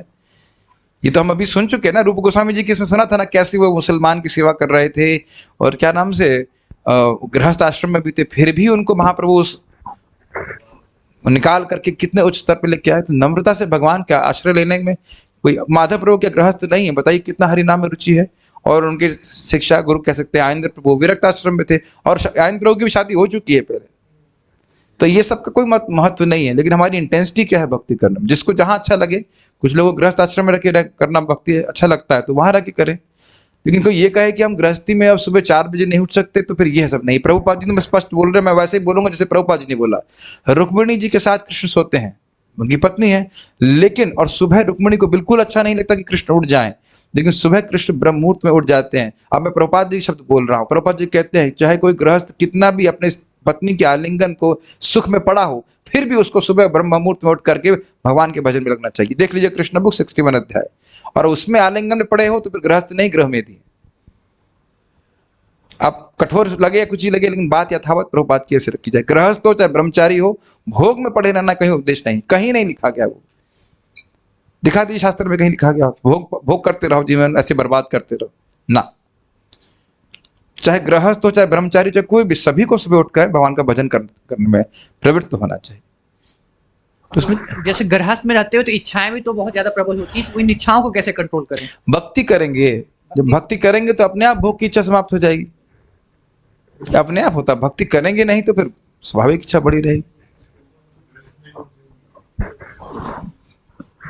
हम गृहस्थ आश्रम का फेवर नहीं कर रहे हैं, व्यक्ति की मानसिकता को देख के बोला जाता है। Sometimes you don't desire to finish this material desires. बीमार फील ही नहीं करते तो दवा खाने का मन ही नहीं करता, मत करो, मत खाओ, क्या बोल सकते।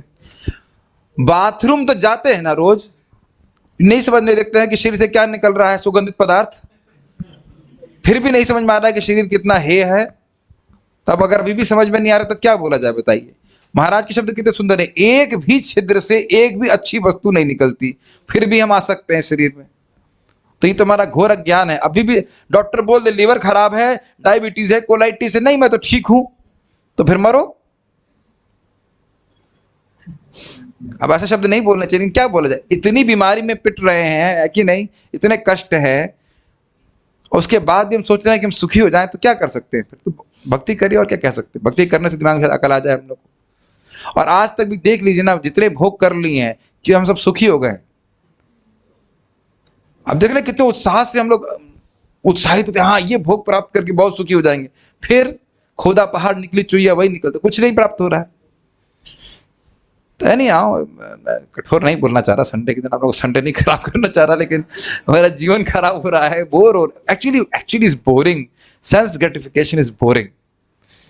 चाहे कृष्ण भावना में कितना भी स्ट्रगल हो, लेकिन है बहुत आनंद। आप देखिएगा, आप रोज ना जब, ये बोल के मैं समाप्त करूंगा, महात्मा प्रभु बोल रहे हैं सालों साल ध्यान पूर्वक जप करने का अभ्यास करने के कारण एक लेवल है उससे मैं नीचे जाता ही नहीं।